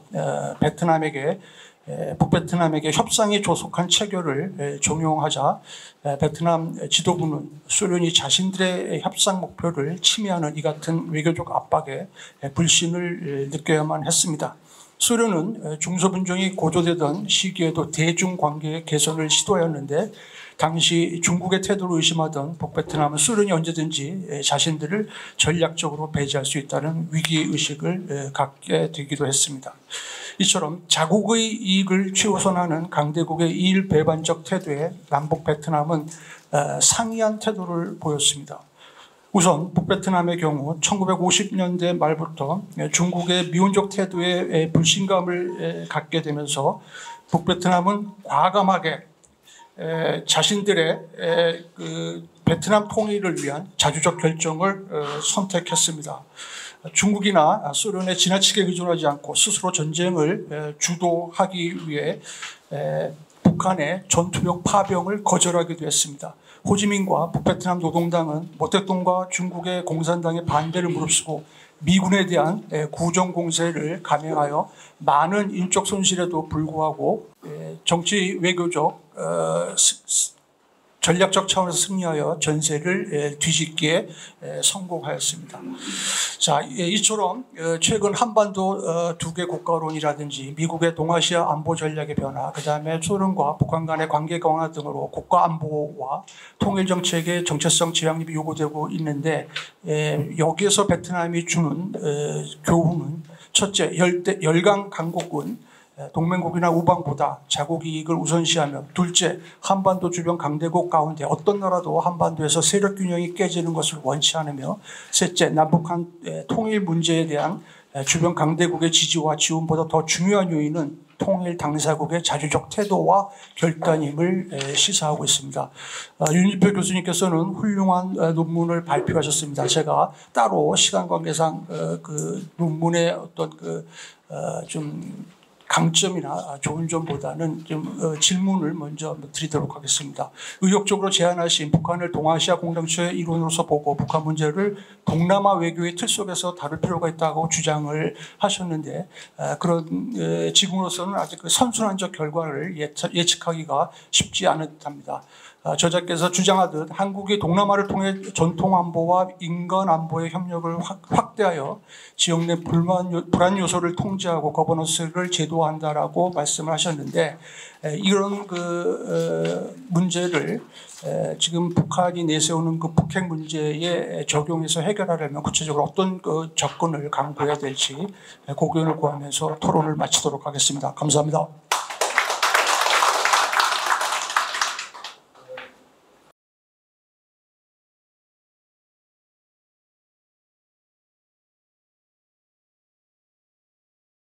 아까로 다음번에는 북한 2개 국가론을 주장하고 있습니다. 거기에 대해서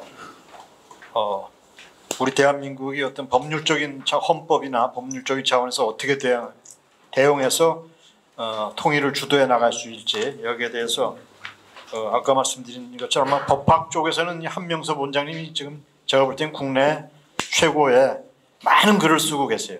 그래서 한번 여러분 경청해 보십시오. 한명섭 원장 부탁합니다. 예, 많이 피곤하실 텐데 또 저까지 발표를 하게 됐네요. 아시다시피 작년 12월 달에 북한이 그 남북한의 관계를 더 이상 동족 관계, 동질 관계가 아닌 적대적인 두 국가 관계, 전쟁 중에 있는 두 교전국 관계로 선언을 했습니다. 그리고 1월 달에 김정은이 이제 구체적으로 취할 후속 조치들에 대해서 설명을 쭉 하죠. 그 중에 이제 헌법에서 나오는 통일 관련 조항들도 다 이제 삭제하라고 지시를 했습니다. 그리고 다음번 최고인민회의 때 이 헌법을 개정하라고 했는데 10월 달에 최고인민회의가 열렸는데 그 다음에 발표된 걸 보니까 헌법 개정 얘기가 없어가지고 국내 전문가라는 분들이 방송에서 헌법을 당국에서도 그렇게 봤죠. 헌법 개정을 유보한 것 같다. 근데 북한 체제에서 김정은이 지시한 것을 지시를 안 따르고 그냥 최고인민회의 1년에 뭐 한두 번 열릴까 말까 한 거를 그냥 넘겼다는 게 좀 이해가 안 갔는데, 결국 그 후에 며칠 지나니까 또 남북 연결도로 다 폭파하면서 발표를 할 때 이게 이제 그런 헌법적 조치를 취한 것으로 중앙통신의 보도문을 통해서 발표를 합니다. 그래서 그 자료집 51페이지에 보면은 이제 김정은의 지시에 따라서 두 개 국가로 가려면은 여러 가지 이제 법들이 쭉 바뀌어야 됩니다. 법뿐만 아니라 이제 노동당 규약에 나오는 공화국 북반부, 조국 통일, 민족 대단결, 남조선 자주 이런 글자들 다 없애야 되는데요. 노동당 규약에서 21년도에 한 차례 개정할 때도 통일 관련된 조항들이 각 주 사이에 있는 것처럼 많이 빠지긴 했는데 그래도 여전히 남아 있는 것들이 있습니다. 그리고 북한 주민들한테는 우리 기독교인들한테 10계명 같은 유일적 영도 체계 확립의 10대 원칙이라는 게 있죠. 여기에도 이제 통일 관련된 내용이 나오고 헌법도 그렇고 토지법, 법제정법, 형법, 형법에는 26조 20하고 71조 자료집 53페이지에 있는데 그 내용은 이미 23년 12월 달에 삭제가 됐습니다. 그리고 해외동포 권익옹호법이라고 주로 초청년을 대상으로 해서 염두에 두고 만든 법인데 여기에도 조국 통일이니 민족 대단결이 이런 표현들이 나오고 국가비밀보호법이라는 게 있는데 거기도 조국 통일 관련된 거, 국가장의법, 심지어 어린이 보육교양법에도 뭐 남조선 인민들 뭐 이런 말이 나옵니다. 법적으로는 북한이나 우리나 법의 국가, 다른 나라, 외국 여기에는 상대방이 포함이 안 된 개념입니다. 그건 철저하게 지켜왔어요. 그래서 이제 남북한의 관계라는 게 이제 뭐 특수관계라고 표현하는 게 결국 일반적인 국가관계가 아니라서 상대방은 국가가 아닌 거죠. 그리고 이제 또 하나 이제 뭐 국내에서 여러 가지로 염려하고 있고 또 김정은이 조치를 취하겠다고 한 거에 중에 이제 영토 관련된 조치들이 있는데 뭐 육지 영토야 그 정전협정에 의해서 명확하게 커져 있지만은 한강하고부터 서해, 동해 여기는 없어가지고 우리가 이제 NLL을 거놨는데 서해 NLL 문제는 그동안에 많이 뭐 논의가 돼서 56페이지 왼쪽에 있는 그림처럼 서로 이제 주장이 다르게 되고 있고 근데 이제 한 가지 그 동해 NLL은 왜 이렇게 처음에 걷는지 모르겠는데 그 간성에서 옆으로 이렇게 수평으로 거져 있거든요. 근데 육지는 이렇게 비스듬히 돼 있습니다. 그래서 이게 유엔 해양법 협약에 따라서 그 양국 인접국 간의 해양 경계를 정할 때는 등거리선을 긋게 돼 있거든요. 그럼 양쪽에서 이렇게 등거리를 쭉 표시하면은 그 정인석 교수님 책에 나온 것처럼 그 가상 등거리선이라고 옆으로 수평으로 된 거 위에 이렇게 약간 비스듬히 위로 올라간 선이 있거든요. 그게 남북한 간의 두 개국 간으로 간다면 정상적인 그 해양 경계가 돼야 될 겁니다. 근데 우리도 그동안에 서해 NLL은 계속 얘기를 하는데 북한이 굳이 동해 NLL은 자기한테 유리하니까 얘기할 필요가 없고 우리는 이 얘기를 하면은 또 서해 NLL 문제가 거론되니까 또 얘기를 안 하고 그래서 이제 묻혀 있었습니다만 하여튼 이론적으로는 해양법 협약에 따르면은 그 가상 등거리선으로 긋는 게 맞는 것 같고요. 뭐 그렇게 되어 있습니다. 이 분단국이라는 개념은 2차 대전 이후에 냉전 이데올로기에 의해서 자유민주주의 체제 국가와 사회주의 체제로 분단된 국가만을 분단국이라고 얘기합니다. 그래서 뭐 저쪽 지중해 있는 키프로스 같은 것은 그 민족적 갈등으로 인해서 분단이 됐기 때문에 분단국이라고 얘기는 안 하죠, 강학상. 이 분단국의 특성은 서로 상대방의 국가성을 부인하고 자기의 정통성을 주장하면서 통일을 지향한다는 데 있습니다. 그래서 이러한 그 분단국의 개념과 특성에 가장 부합하는 게 지금까지의 남북한 관계였습니다. 그래서 이제 특수관계로 표현을 했고 남북한이 통일을 지향하는 과정에서 잠정적으로 형성되는 특수관계라는 합의를 했고 그게 우리 남북관계 발전법에도 규정이 돼 있습니다. 그래서 이 특수관계를 계속 그동안에 유지해 왔는데 북한이 두 개 국가를 얘기하니까 그 국가 대 국가의 관계를 일반 국가라고 하고 국가 대 국가의 관계가 아니니까 특수관계라고 하는 거거든요. 그래서 이제 이 특수관계가 이제 깨지게 됐는데 그래서 이제 다들 우려는 합니다. 근데 뭐 대표적 분단 국가인 독일의 경우에는 이게 먼저 일찌감치 깨졌습니다. 그러니까 독일도 분단 직후에는 서로 똑같은 분단국으로 상대방의 국가성을 부인하고 정통성을 주장하다가 동독이 50년대 뭐 중후반부터 이제 두 개 국가를 얘기를 하다가 67년도에 국적법 바꾸고 68년도에 헌법 바꿔서 두 개 국가로 가고 뭐 나중에 이제 국가만 다른 게 아니라 민족도 다르다고 얘기를 하면서 결국 74년도 헌법에서 이제 통일 관련된 조항까지 삭제하면서 갑니다. 북한이 지금 단기간 내에 가는 길을 동독은 한 20년에 걸쳐서 갔던 길이에요. 그리고 망했죠. 그 길을 북한이 왜 가는지는 뭐 여러 가지 그 정치학 하시는 분들이나 국제학 하시는 분들이 많은 이제 분석을 내놓고 있습니다. 그래서 그 부분은 생략하고요. 아무튼 이 두 개 국가론이 이렇게 나오니까 저는 뭐 정치적 측면에서 그럼 우리도 이참에 두 개 국가 가자 하는 것도 뭐 얘기할 수 있다고 봅니다. 그런데 제가 우려되는 것은 법학을 하는 사람들도 그런 얘기를 하는 사람들이 적지 않다는 거예요. 그러면 이제 법에서 최고법, 기본법은 헌법인데 다들 대북정책, 통일정책 관련해서 국민적 합의를 얘기합니다. 근데 국민적 합의를 뭘로 찾겠어요? 국내에서 가장 그 확실한 국민적 합의는 헌법입니다.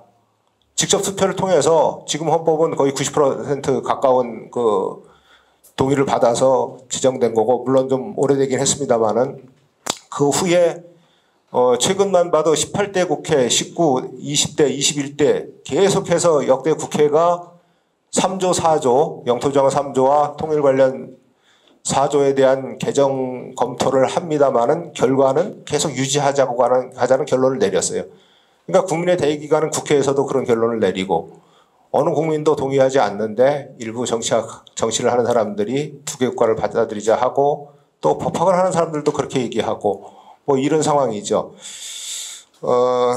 그래서 이제 뭐 그 두 개 국가에 대한 이제 대응 쪽만 제가 간단히 말씀을 드리겠습니다. 이 우리 헌법에 보면은 그 63페이지에 전문에 우리 대한국민은 이렇게 시작을 합니다. 이 우리 대한국민은 이렇게 되는 것을 대한민국은 이렇게 읽는 사람들이 되게 많아요. 학술 논문에도 대한민국은 이렇게 쓰는 사람이 있습니다. 잘못 읽어가지고. 이때 대한국민은 헌법학자들 중에도 대한국민이 뭐냐에 대해서 대한민국 국민으로 해석하는 분들도 일부 있어요. 근데 대체적으로는 48년도 헌법 제정할 때 대한국민의 개념은 해외 동포를 포함한 개념으로 봅니다. 더 넓은 의미의 대한민국 국민보다는 넓은 의미로 본 거고요. 그게 이제 우리의 사명에 입각한 거고, 그래서 영토조항도 기존에 뭐 기존부터 계속 있고 87년도 헌법에 지금의 4조가 들어가 있고 또 대통령의 주로 이제 통일 관련 것은 대통령의 그 업무 비슷하게 이렇게 이제 돼 있어서 이게 또 문제가 되긴 합니다만은 그렇게 이제 규정들이 쭉 그 63페이지에 있는 것처럼 있습니다. 그러면 이제 북한이 두 개 국가로 갈 때 우리 헌법상 뭐 당연히 두 개 국가는 우리가 받아들일 수 없는 거고 그러면 이제 이걸 유지하고 가야 되는데 문제는 정부에서 아무런 소리가 없어요. 그래서 저는 기본적으로는 가만히 있는다는 것은 우린 특수관계를 유지하고 간다는 얘기겠죠. 헌법도 안 바꾸고 남북관계발전법도 안 바꾸니까. 근데 그 전문가 입장에서 그렇게 이해를 하는데 국민들 입장에서 이걸 어떻게 이해하냐. 그리고 뭐 두 개 국가로 가자라는 얘기도 나오고 또 젊은 층의 그 통일에 대한 관심이 떨어지는 사람들도 아니 이제 남남으로 살면 되지. 법학하는 사람은 같이 유엔 회원국이 됐는데 왜 국가가 아니냐고 얘기를 하고 있고 답답하죠. 국가로서의 모든 요소를 갖춰도 국가가 아니라고 하는 것은 우리가 국가가 아니라고 규정하기 때문에 그런 거예요. 그래서 국제법상 국가 승인이라는 것은 개별 국가의 자유재량 행위거든요. 그래서 우리가 북한을 국가가 아니라고 하면 국가가 아닌 거죠. 그런데 객관적으로 국가인데 국가가 왜 아니냐고 하면 할 말이 없습니다. 그래서 국가 승인론에 대한 국제법적인 이론을 몰라서 하는 소리고요.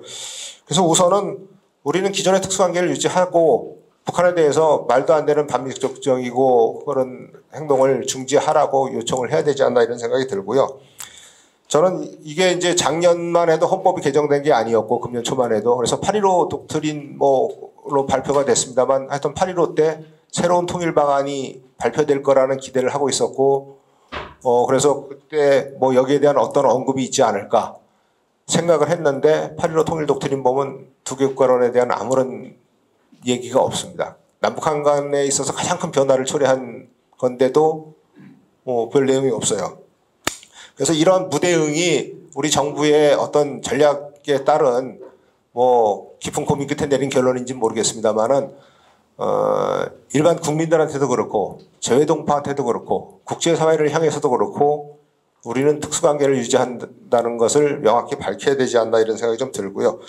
특히 우리가 92년도에 남북한 유엔 동시가입 이후에는 그 원코리아 얘기를 유엔에 가서 한 번도 한 적이 없습니다.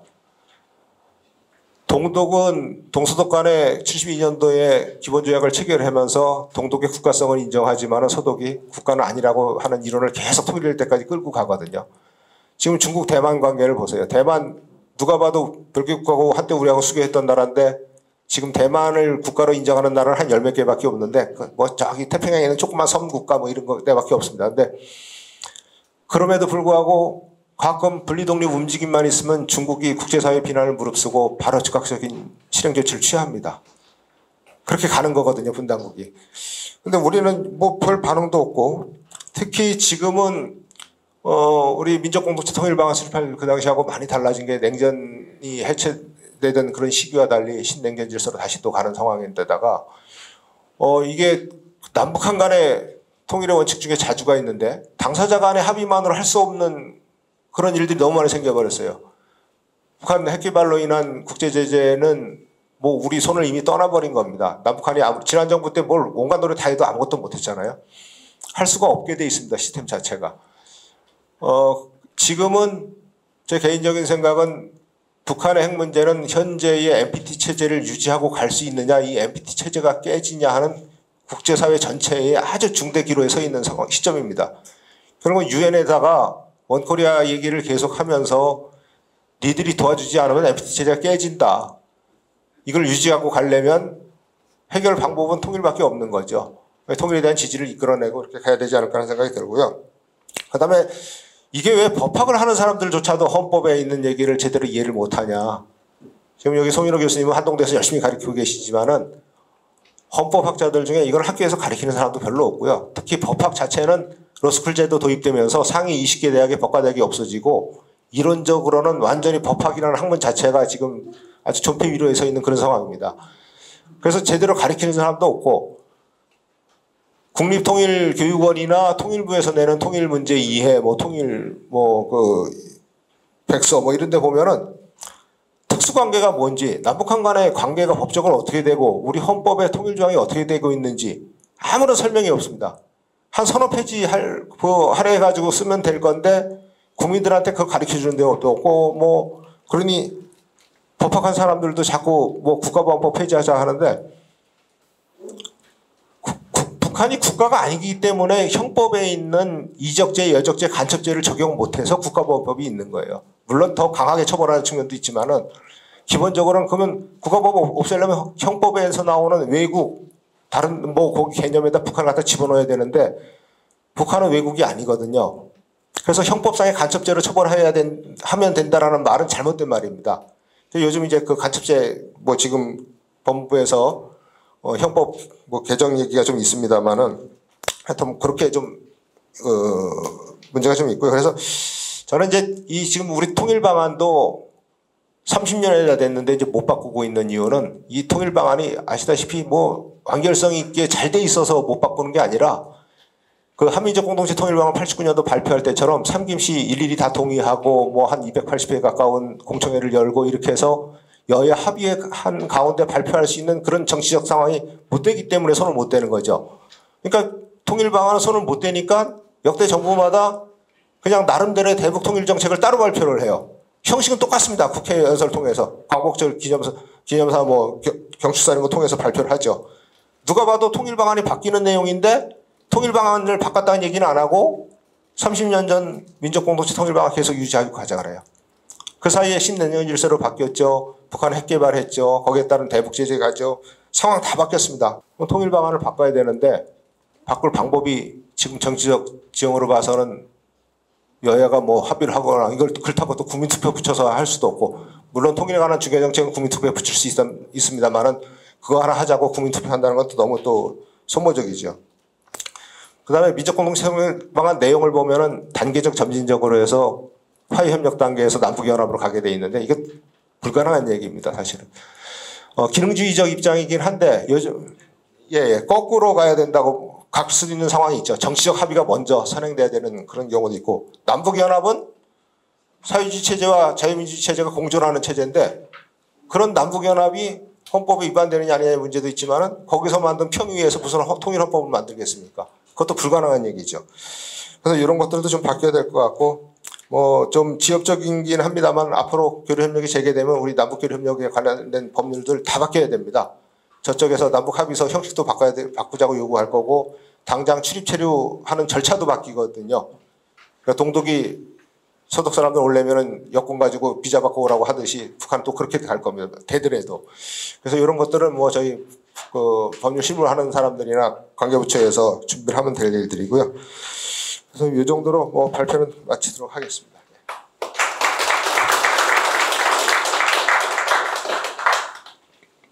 먼저 우리 한명섭 변호사님께서 워낙 상세하게 또 망라적으로 자세하게 발표문에서 적어주셔가지고요.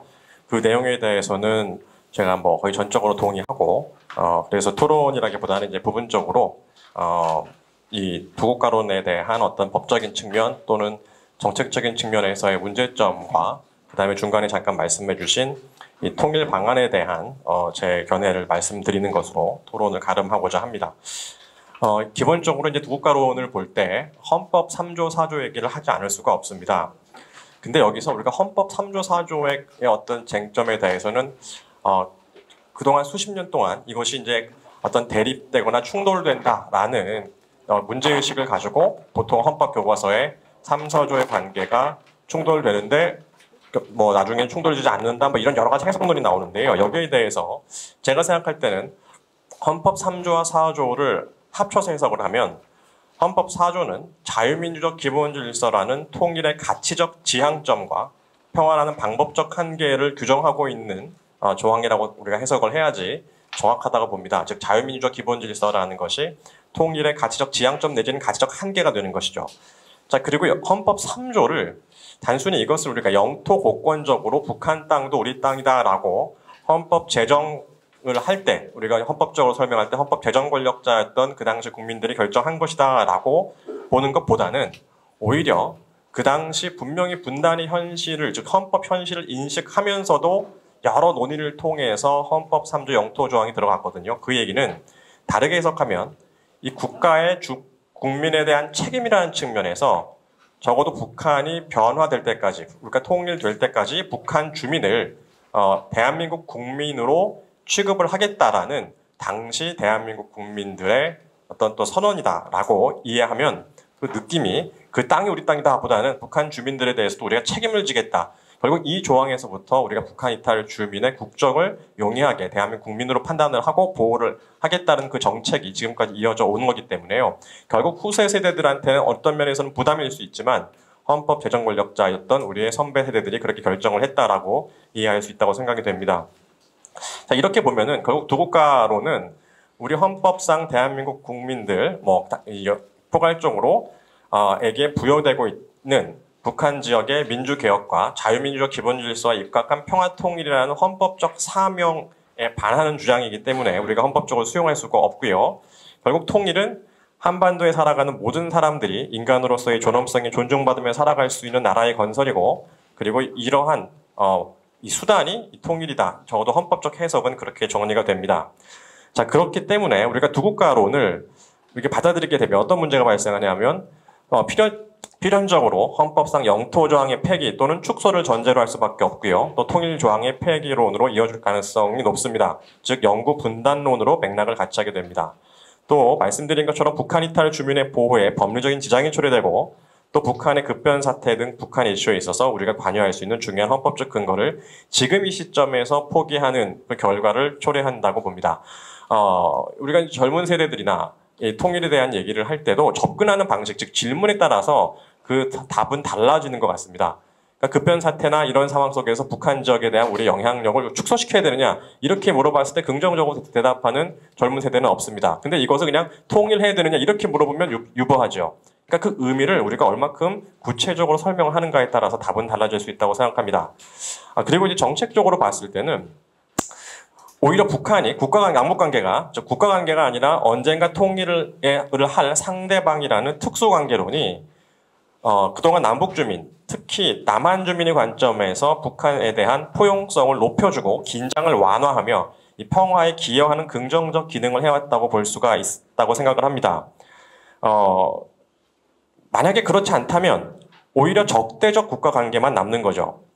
지금 현재 북한이 10대 원칙에서 이제 2013년에 개정한 이 일적 영도체계 10대 원칙에서는 이제 김일성 민족, 김정일 조선이라는 단어까지 쓰고 있고, 또 작년에 헌법 개정에서 이제 강년 9월 달에 59조에서 이제 국방력의 사명 중에 하나가 영토 완정이라는 단어를 추가하기 시작했습니다. 그러니까 사실은 이 아까도 이제 손기용 원장님께서 말씀하신 것처럼 이 북한의 그 흐름이 과거 동서독 간에서의 어떤 차단 정책, 분리 정책을 통한 약간 수세적인 것보다는 수세와 공세가 같이 있는 측면들이 헌법 개정에서의 단어의 변화에서 좀 나타납니다. 영토 완정이라는 단어를 썼기 때문에. 자, 이런 상황 속에서 북한 당국이 특수관계를 포기한다고 우리까지 포기하게 되면은 북한의 이중적 지위, 즉 평화 통일을 위한 동반자 관계가 사라지고 즉 적대적 국가관계, 즉 반국가 단체로서만 전환되는, 즉 남북관계 전체에 오히려 부정적인 결과를 초래할 위험이 있다고 생각이 됩니다. 일각에서 우리 한명섭 변호사님들 말씀하신 것처럼 제가 이제 1월 달에도 그때 세종연구소였나요? 거기 소청을 해서 이제 발제한 적도 있는데, 두국가론에 대해서 토론하실 때 이 두국가론을 우리가 받아들일 필요가 있다라고 주장을 하시는 분들이 계십니다. 근데 그분들 중에 취지는 보면 대북 정책의 안정적인 추진, 특히 남북 간의 어떤 합의를 했을 때 그것이 국가로 봐야지 우리가 조약이 되고 조약이 돼야지 그게 안정적인 법적 효력이 구비가 될 수 있다. 이런 논지를 이제 주장하시는 분들이 계시는데요. 자, 근데 그런 부분들의 맹점은 우리가 조약은 반드시 상대방이 국가여야지 조약을 체결할 수 있는 게 아닙니다. 국제법적으로 조약 체결 주체는 국가에 하나지 않습니다. 국제기구고 되고 어떤 정치적 실체만 있으면 되기 때문에 자, 국가성 인정이 남북 합의의 안정적인 규범력 부여의 요건인 것은 아니고요. 그리고 구체적으로 남북 합의라는 것이 그동안 계속해서 정권의 변화에 따라서 그 남북 합의가 존중되다 존중되지 않다라 그 이유 중에 하나는 이것이 법적 효력이 있기 때문에 없었기 때문에가 아닙니다. 왜냐하면 법이라고 하더라도 결국 다수당이 바뀌고 정권이 바뀌면 폐지할 수가 있게 되는 거거든요. 따라서 그런 게 중요한 게 아니라 오히려 남북 합의를 성급하게 추진하는 게 아니라 즉 특정 시기 어떤 정권과 정당에서 남북 합의를 추진하더라도 그것이 정말로 우리가 계속해서 지속할 수 있는 범위 내에서 여야 합의로 이행법리 형식으로 한 단계 구체화했다면 그러면 정권이 바뀌어도 안정적으로 대북 정책이 유지가 되겠죠. 따라서 대북 정책의 안정적 유지를 위해서 두 국가론이 필수적인 것은 아니다. 이 말씀을 어떤 법적인 측면에서 조약의 측면에서 말씀을 드리고 싶습니다. 끝으로 이제 그 통일 방안에 대해서 한번 말씀을 드리겠습니다. 국가론이 나오면 이제 통일 방안 얘기가 나오는데요. 제가 한번 생각을 해봤습니다. 물론 이제 이게 제가 여기저기 말씀드리면은 특히 이제 이 민족 공동체 방안에서의 민족이란 말을 좀 빼는 게 어떤가라는 말씀을 잠깐 드리면서 이제 마무리를 하겠는데요. 우리가 헌법 아까 말씀드린 것처럼 헌법 4조는 굉장히 보편적인 관점에서 통일이 전제되어 있습니다. 즉 자유민주적 기본질서에 입각한 통일이라고 되어 있고 민족이라는 부분을 덜 강조하고 있습니다. 즉 민족 통일이라고 되어 있지 않습니다. 물론 이것은 민족이라는 것을 당연히 전제로 하고 있다고도 볼 수 있지만 또 한편으로 굉장히 인류 보편적 가치 질서의 측면에서 우리는 통일을 추구하겠다라는 그런 선언이라고 볼 수도 있습니다.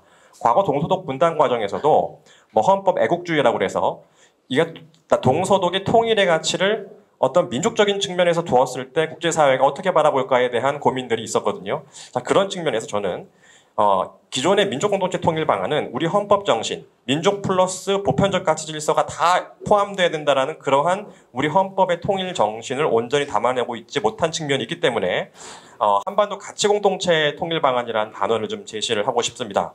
한반도라는 민족과 역사와 이런 좀 공유하는 어떤 공간적인 측면과 그 다음에 자유민주적 기본질서라는 이 보편적 가치 질서의 측면을 담아서 한반도에서 남북한이 함께 점진적 통일이건 또는 급속한 통일이건 이런 가치 공동체를 만들어 간다라는 이 통일의 동적인 발전적인 측면을 민족 공동체 통일 방안보다 한반도 가치 공동체 통일 방안이라는 말이 더 잘 담아내고 있고 이러한 통일의 역사적 계승적 측면을 더 잘 반영하면서 특히 젊은 세대들한테 이 통일의 의미를 조금 더 설득력 있게 제시하는데 우리가 그런 통일 방안을 한번 계속해서 단어적인 측면에서도 생각할 필요가 있고요. 구체적으로는 이러한 가치 공동체가 꼭 어떤 단일 국가가 아니더라도 마치 북한이 체제가 자유민주적 기본질서 체제로 변화한 다음에 남북한이 국가연합 형식으로 통일이 되는 것이 또 하나의 통일이 될 수 있다라는 좀 다양한 가치적인 통일 방안들에 대한 논의가 우리가 두 국가론을 어떤 북한에서 제기한 이걸 가지고 특히 전 세대, 특히 젊은 세대들의 관점에서 우리가 통일에 대한 북한 이슈에 대한 관심을 제고시키는데 도움이 되지 않을까라는 말씀을 드리면서 토론을 마치도록 하겠습니다. 감사합니다. 네, 감사합니다. 일단 일부의 기본적인 발제와 지정 토론은 끝났습니다. 그러면 처음에 개회식에서 조금 지연이 돼서 저희 토론의 시간이 조금 더 촉박하게 됐습니다. 그래서 이제는 발표자 세 분께서 지금까지 논의된 거를 하여튼 최대한 좀 한 5분 이내에 압축해서 말씀해 주시면 감사하겠습니다. 우선 손 원장님부터 부탁드립니다. 예, 감사합니다. 토론 내용 어떻게 보면 제 내용에 보완 같고 1990년 3월 18일 날 그 동독의 자결로 선거로 의한 민족 자율권 행사한 통일 의지, 저는 그날을 독일 민족의 통일날로 규정했습니다. 법적 통일은 10월 3일이고, 근데 독일의 이 교수도 그렇고 여러 사람이 마치 강조하는데 하여튼간에 그 점을 잘 지정하신 것 같고요. 우리 민족 공동체 통일 방안의 핵심이 바로 남북한 모든 주민의 민족 자결권 행사입니다.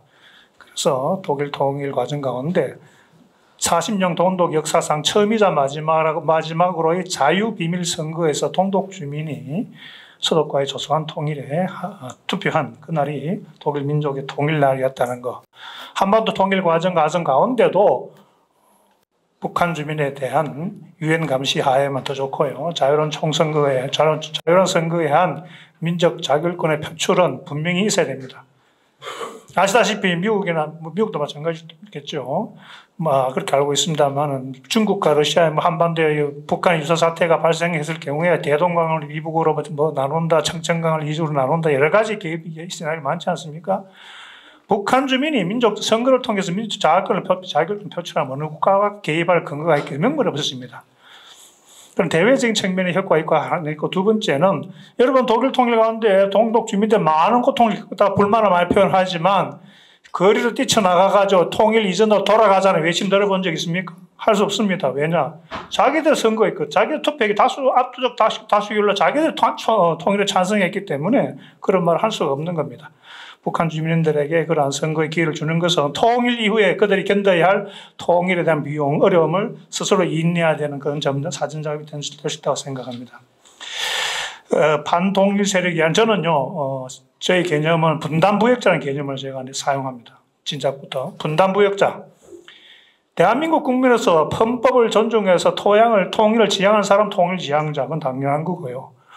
대한민국 헌법을 부정하고 분단을 기정사실화하거나 분단고착에 생각하거나 행동하는 사람, 분단부역자입니다. 일제시대 때 협조했던 사람은 일제부역자를 지금까지 우리 법적으로 단죄하고 있죠. 전쟁 시기에 인민군에 협조했던 사람은 이거 전쟁부역자 지금까지 단죄하고 있습니다. 헌법을 존중하지 않는 통일은 어렵다. 교류 협력하는 게 사실상의 통일이다. 이런 사람 분단부역자입니까? 단죄해야 됩니다. 더구나 그것이 국가 지도자라면, 대통령이 되고자 하는 사람이라면, 헌법적 절차에 당선된 국회의원이라면 그런 말을 하는 사람은 단죄해야 된다고 생각합니다. 캠프 때 마지막으로 이민족 이국가는 여러분 오늘 시간이 없어서 발표를 못했는데요. 이민족 이국가, 동독의 이민족 이국가, 그리고 지금의 북한의 이민족 이국가 제가 자세하게 분석했습니다. 아마 여러분들이 다른 데 볼 수 없는 그런 분석일 것이라 생각되는데요. 동독의 입장, 우리의 북한의 입장 차이를 분명히 한번 보시고요. 다만 여기에서 우리가 유의해야 될 것은 지금 우리는 서독은 동서독 기본조약 체결하고 유엔 동시가입해도 하등의 기본적 헌법의 변화가 없었습니다. 그런데 우리가 만약에 지금 불필요하다 생각하지만 만약에 첨언을 하고 싶다면 오히려 보완을 해가지고 서독의 헌법의 전문, 지금 통일도 서독 당시 분단 시기의 서독 헌법 전문에 이렇게 되어 있어요. 통일과 그걸 재통일 명제라고 규정하는데요. 이렇게 되어 있어요. 모든 독일 주민은 자유로운 민족 자결로 독일의 통일과 자유를 완성할 것이 요청된다. 여기에 전문이 그대로 있었습니다. 기본적 체결 이후에도. 우리가 만약에 지금 헌법 그대로 두면 제일 좋고 그 하나 더 보완한다면 더 강력하게 우리 모든 국민이 이때 통일을 당연히 해야 된다는 또 첨언을 하는 것이 저는 바람직하지 않을까 생각합니다. 우리 또 토론하신 북한군의 러시아 파병이 한반도 통일과 미치는 영향, 중국의 어치를 어떻게 얻어낼 것인가, 북한 주민들이 어떻게 움직여 할 것인가. 마침 어제 그리고 월요일, 화요일 날 저는 매주 칼럼을 씁니다. 1개, 2개 씁니다만 이번 주 월, 화 인터넷에 가서 이름 치시면 칼럼 2개 나와 있습니다. 그걸 참조하시면 자세하게 제 입장을 볼 수 있겠습니다. 감사합니다.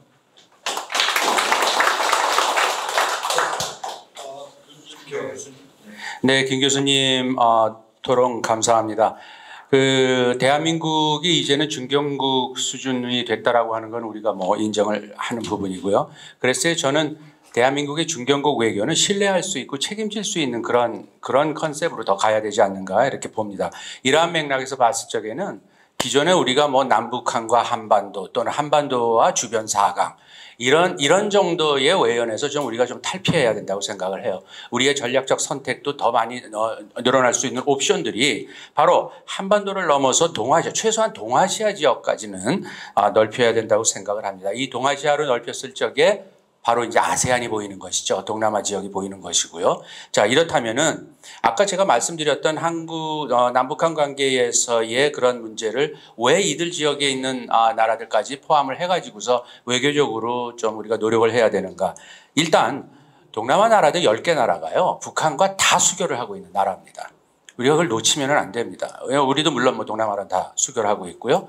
그 다음에 북한이 유일하게 참여하고 있는 외교 안보적인 이슈를 다루는 다자간 협의체가 바로 ARF입니다. 유일하게 아세안 리저널 포럼, 아세안 지역 포럼이 있습니다. 거기에는 이제 북한도 매년 그러니까 외무상 정도는 이제 참여를 시키고 있고 나름대로 거기서 자기네 무슨 그 핵 문제라든지 뭐 이런 거 갖고도 으름장도 놓고 논쟁도 벌이긴 합니다만은 최소한 북한이 등장하고 있다라고 하는 것이죠. 우리가 그거를 잘 활용할 필요가 있습니다. 다자적인 관계에서 분명 동남아시아는 북한과 그런 끈끈한 관계도 가지고 있지만 우리 한국이 주장하고 있는 여러 가지 남북 관계에서 우리 주장하는 바를 그쪽은 그냥 은연중에 또는 겉으로도 확실하게 지지를 하고 있는 지역이에요. 이러한 훌륭한 우군이자 어떤 파트너를 우리가 놓쳐서는 안 된다고 생각을 하고요. 이랬을 적에 동남아 나라들이 우리한테 요구하는 거는 뭐냐면 이런 거 있어요. 맨날 그냥 북한의 비핵화 같은 거 뭐 있고 그러면은 그런 거에 대한 것을 반대하는 것 쪽으로 우리한테 그냥 손 한번 들어봐 달라. UNS도 그렇고 이런 얘기만 하는데 한국이 우리한테 요구를 해서 다시 북한한테 할 수 있는 구체적이고 또 좀 확실한 그러한 제안 같은 거를 좀 들었으면 좋겠다. 예, 그런 게 없이 그냥 매번 정권이 바뀌어도 그렇고 뭐 안 바뀌어도 그렇고 매번 거기서 거기 뭐 문제만 생기면 와가지고서 한 번씩 부탁한다는 말만 하고 가는 거 이건 아니지 않느냐. 이게 솔직히 동남아 나라들이 제가 다니면서 똑같이 듣고 있는 얘기예요. 뭔가 더 구체적이고 그다음에 커미트할 수 있는 진정성 있는 그러한 한국 정부의 구체적이고도 확실한 그러한 외교 전략이 좀 내놔봐라라는 게 동남아 지역 나라들의 요구입니다. 그래서 제가 얘기한 뭐 전통 안보에서 일반적인 전통 안보 문제까지도 포함을 해가지고서 우리가 했을 적에 북한도 끌어들이고 같이 얘기하자 이 마당에서. 그래서 이런 식으로 좀 우리의 동아시아 외교라는 그런 외연을 확장하는 데서 오히려 남북한 관계를 우리가 관리해내고 발전시킬 수 있는 좋은 어떤 그 옵션들이 더 만들어질 수 있다. 저는 그렇게 생각을 합니다.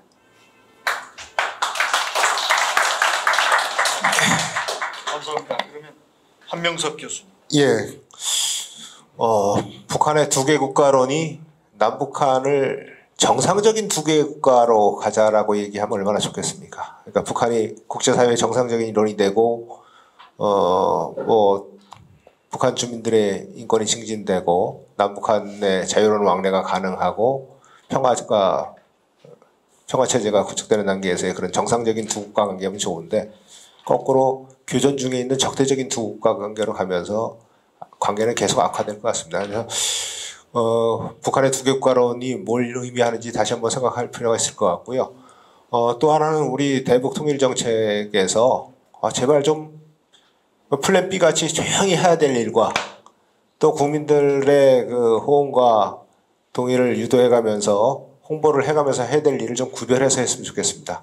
조용히 해야 될 일은 자꾸 떠들면서 하고, 그 다음에 이게 그 며느리가 설거지 안 했는데 시어머니가 잔소리 하는 거 하고 남편이 얘기하는 거 하고 신우이가 와서 얘기하는 거 다 뉘앙스가 다르거든요.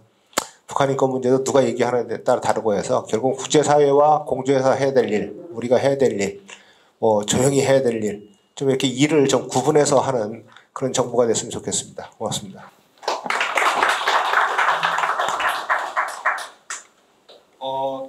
여러분, 오늘 사실은 엄청난 주제를 가지고 일부를 좀 진행했습니다.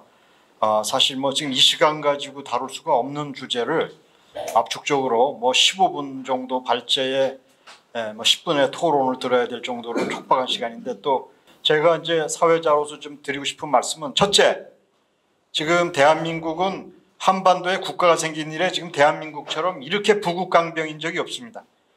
다 아시다시피 정치적으로도 전 세계가 이제 부러워하는 그런 민주화된 국가, 경제적으로도 대개 보면 지금 GDP상으로 한 세계 10위권 안에 들어가는 국가, 뭐 군사력도 지금 뭐 미국에서 뭐 공익기관이 얘기하는 바에 핵 빼고 뭐 5위 내지 6위인 국가라고 그러고 모든 게 지금 다 탑 10에 들어가고 있습니다. K 문화조차도 지금 전 세계를 풍미하고 있고, 자, 그런 속에 이러한 최대 국력을 가지고 있으면서도 저희들 세대 때 통일을 이루지 못하고 후대에 물려준다는 게 바람직한가 하는 저는 그런 당위적인 역사의 의무를 이 자리에서 한번 제기하고 싶습니다. 두 번째로는 오늘 여기 손 원장님이나 모든 분들이 말씀을 하셨지만 통일의 핵심은 북한의 민주화에 있다고 봅니다. 북한 주민들이 각성해서 북한 체제를 전환시켜야 한다. 그게 통일을 위한 가장 좋은 방법이에요. 그래서 저는 오늘도 그런 말씀들이 다 각자 발표해서 나왔지만 그게 관건입니다. 그렇지 않고 뭐 군사력으로 대응한다면 이제 북한하고 뭐 군사력으로 해서 통일을 하겠습니까? 그렇게 되면 또 주변국에 또 개입이 있을 거고 외세의 개입이 있을 거고 해서 북한의 그 민주화라고 하는 요소가 가장 중요하고 그런 차원에서 북한의 인권이나 이런 문제들이 세부적으로 중시되어야 할 거라고 보고요. 굉장히 지금 통일과 관련해서는 이 북한이 스스로의 주민들이 민주화의 길을 택하는 게 굉장히 중요한 통일의 관건이다 하는 말씀을 드리고 싶고 마지막으로 독일의 경우에 통일만 하지 않았습니다. 통일과 함께 지금 유럽연합을 끌어가는 주도국이 되고 있거든요. 저는 그래서 늦깎이 통일이에요. 지금 다 베트남 50년 됐고 독일 35년 되는데 저희 지금 80년이에요. 80년이면 통일도 안 되고 있는데 뭔가 저희도 세계에 기여를 해야 박수를 받지 해도 박수를 못 받을 지금 상황에 똑같은 상황 속에 80년을 끄니까 그래서 저는 여기에 개인적으로 지금 저도 연구 주제지만 뭘 해야 되겠느냐 유럽연합처럼 아시아연합을 만드는 거를 통일 추진과 함께 동시에 아시아연합을 창설하는 데 있어서 좀 주도적인 역할을 해야겠다. 그래서 오늘 윤진표 교수님한테 지금 개인적으로도 요사에 매일 말씀드리지만 동남아가 굉장히 중요한 것 같아요. 동남아 지금 10나라가 아세안으로 되어 있습니다. 여기 한중일만 합치면 유럽연합처럼 아시아연합이 가능하다고 봅니다. 이렇게 해서 왜 만드느냐. 중국이나 일본이라는 이런 패권주의 국가들을 우리 혼자 견제할 수 있겠습니까? 마치 유럽연합이 독일을 견제하기 위해서 유럽연합을 만들었듯이 저는 그런 차원에서 좀 아시아연합의 창설 같은 것도 우리가 통일과 함께 병행해야 될 과제가 아닌가 하는 말씀을 듣고 처음에도 말씀드렸듯이 저희가 반드시 통일을 보는 그런 어떤 세대가 되기를 기원하면서 제1부 사회를 마치겠습니다. 경청해 주셔서 감사합니다.